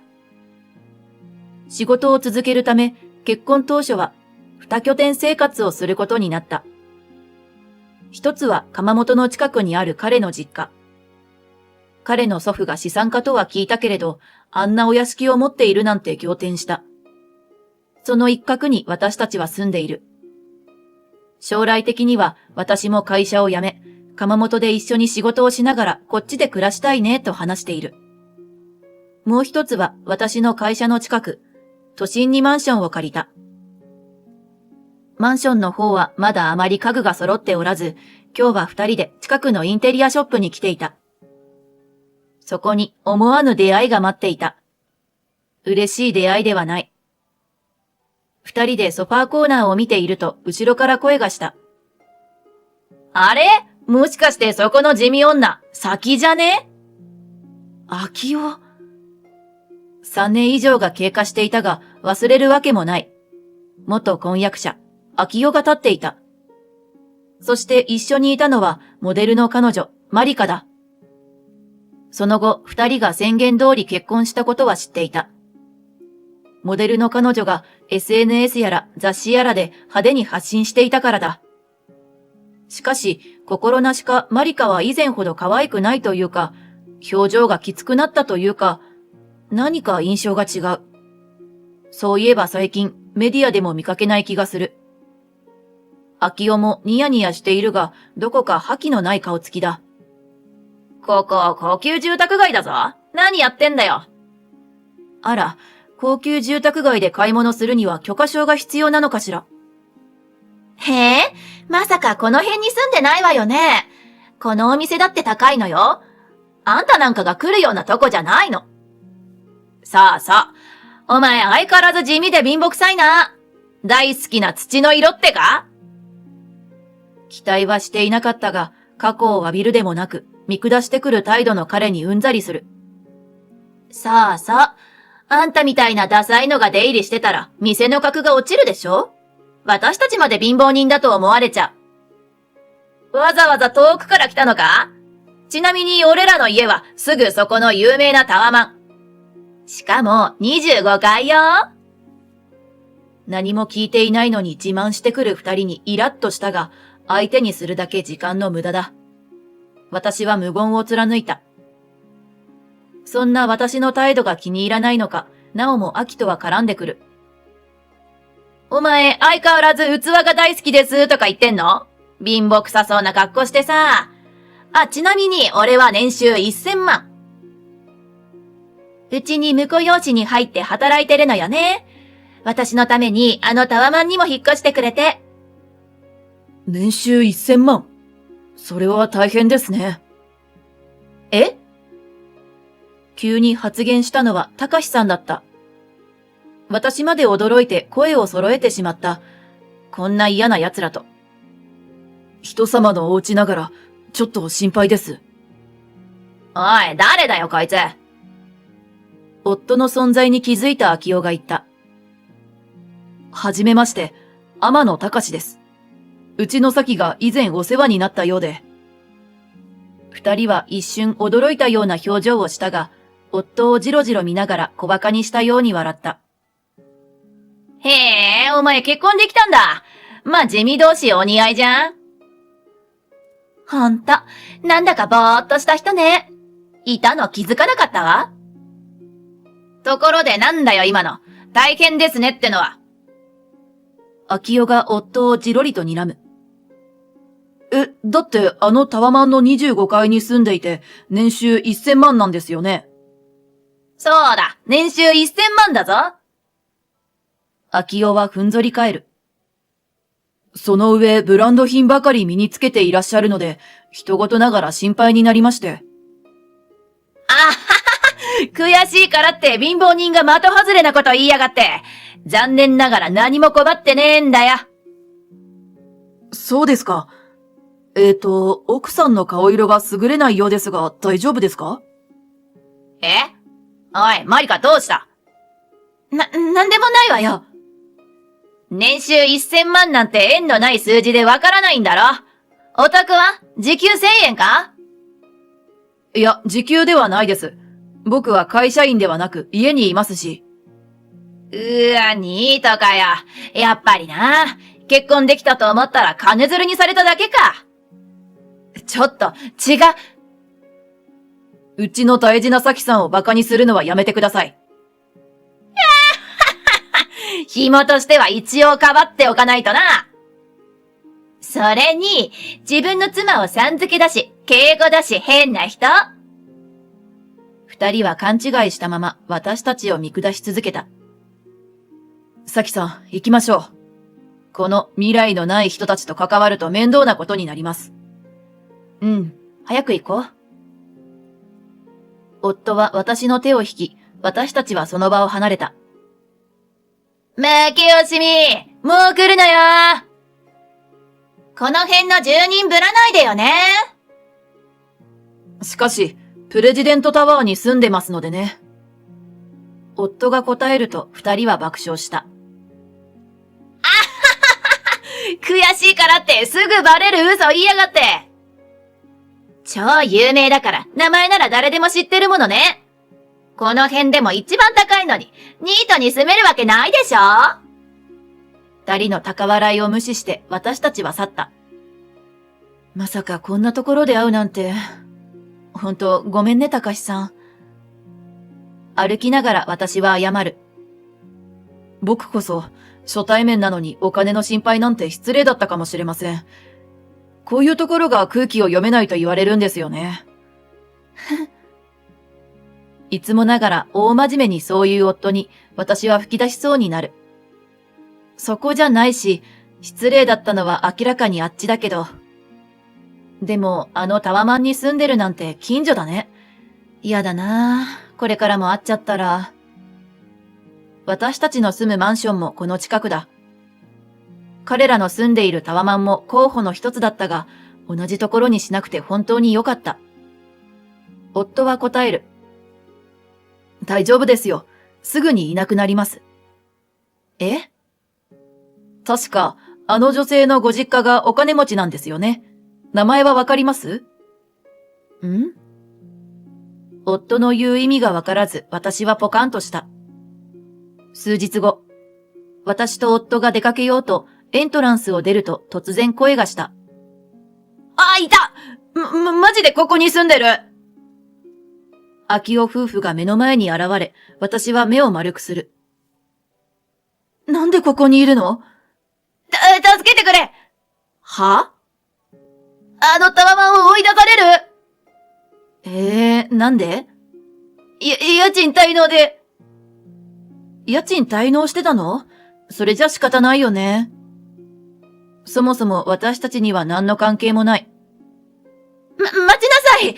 今まで支払いを待ってくれてたのに、急にもう待てないって言われたのよ！あんたの旦那のせいで！今度はマリカが叫ぶ。どうしてそれが私の夫のせいだと？名前を聞いたら天野って、あんたの旦那があのタワマンのオーナーだったなんて。彼女は悔しそうに顔を真っ赤にしている。僕ではなくて父です。もともとは祖父の持ち物ですが、今あそこは父名義かな？まあどちらでもいいんですけど。管理会社のやつが言ったのよ。これ以上支払いがないなら明け渡しの強制執行に入るって。当たり前ですね。慈善事業じゃないんですから。だから、年収1000万で大変ですねと言ったじゃないですか。どういう意味だよ！秋夫が叫ぶ。年収1000万で夫婦2人。普通なら十分贅沢もできます。でもあそこの25階は家賃50万ですよ。まさか税金を計算に入れてないわけじゃあるまいし。その上ブランド三昧。火の車にならない方がどうかしてます。マリカ、お前があそこに住みたいって言ったんだろ？家賃だっていつの間に滞納してたんだよ！だって、タワマン高層階のお付き合いがあるのよ！高級ランチにエステ、バッグもジュエリーもいいものを持たなくちゃ相手にされないし！そんな人たちと付き合わなければいいだけですよね。借金してまで見栄を張るのがそんなに大事なことですか？借金？秋夫が大声を上げた。心底驚いているようだ。知らなかったのかしら。家賃滞納してる上に借金までしてるってどういうことだよ。だから、上層階の中でもトップに立つには色々大変なの。モデルの私がみすぼらしい格好なんてできないし。モデルの仕事なんてもう全然ないだろ。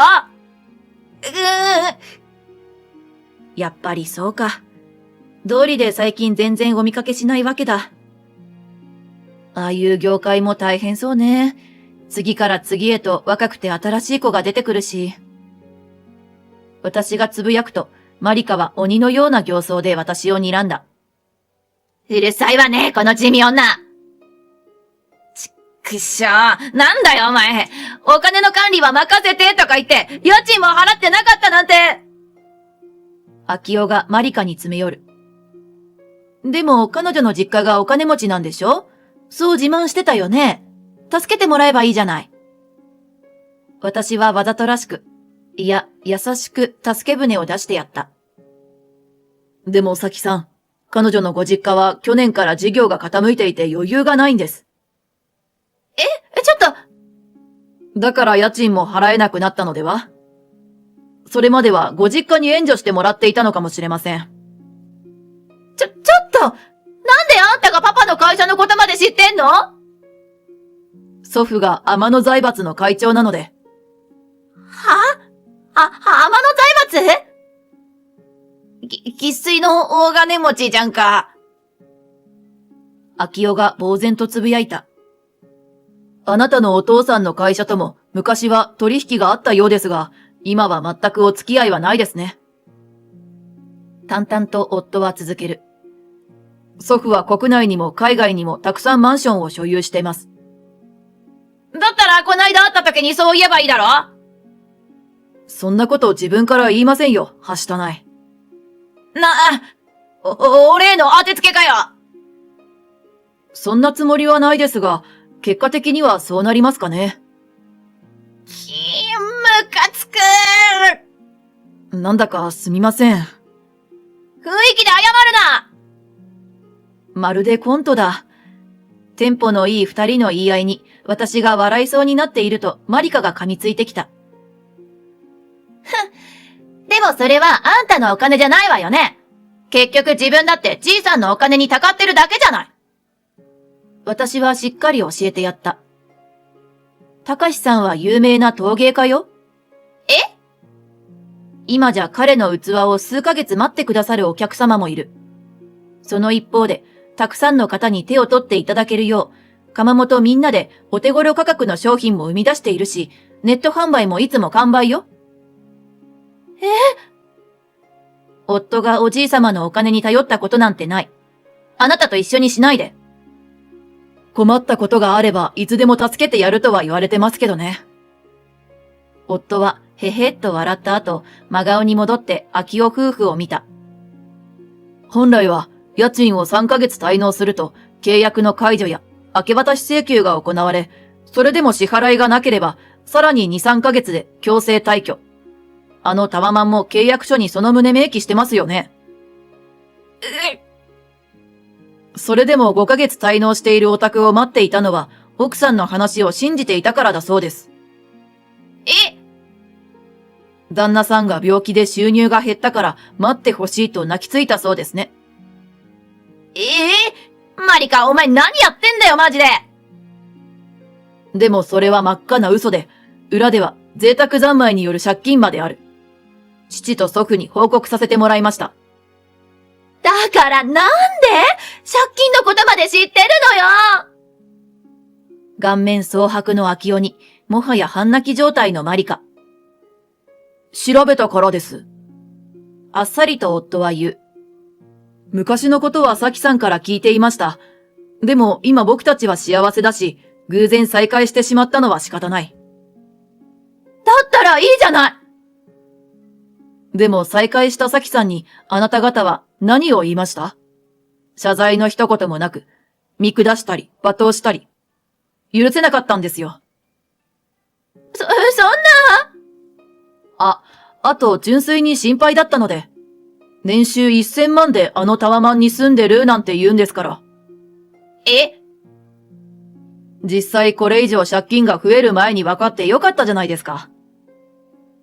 にっこりという夫に、秋代とマリカはあんぐり口を開けた。ちょっとなんなのこの天然御曹司。うまいこと言うわねーと私は感心した。そう、嫌味とかじゃなくて、そのまま言ってるだけだから。生まれつき桁違いの御曹司だからなのか、夫個人の性格によるところなのか、私にもよくわからない。多分後者だけどね。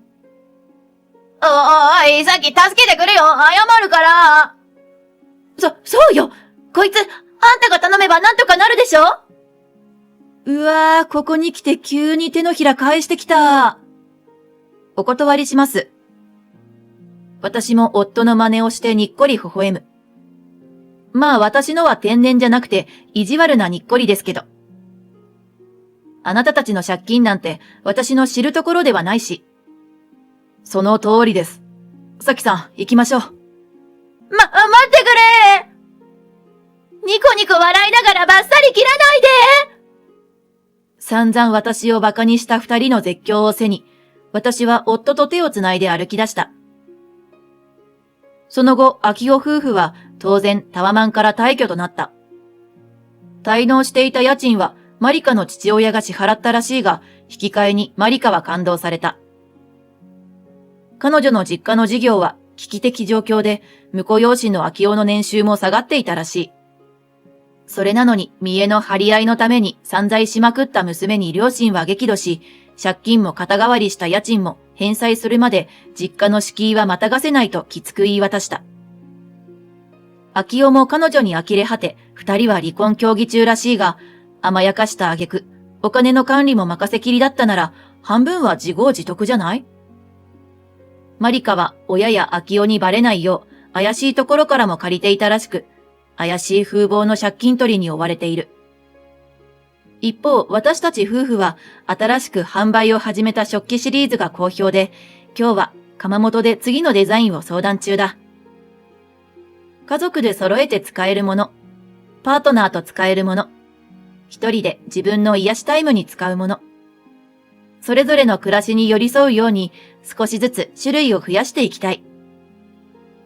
さきさん、ここの色なんだけど、どちらがいいと思いますか？ちょっと見てください。はーい。そしていつか子供ができたら、家族みんなで夫の焼いた食器でご飯を食べたいな。今日も大好きな工房で私たちは土の香りに囲まれている。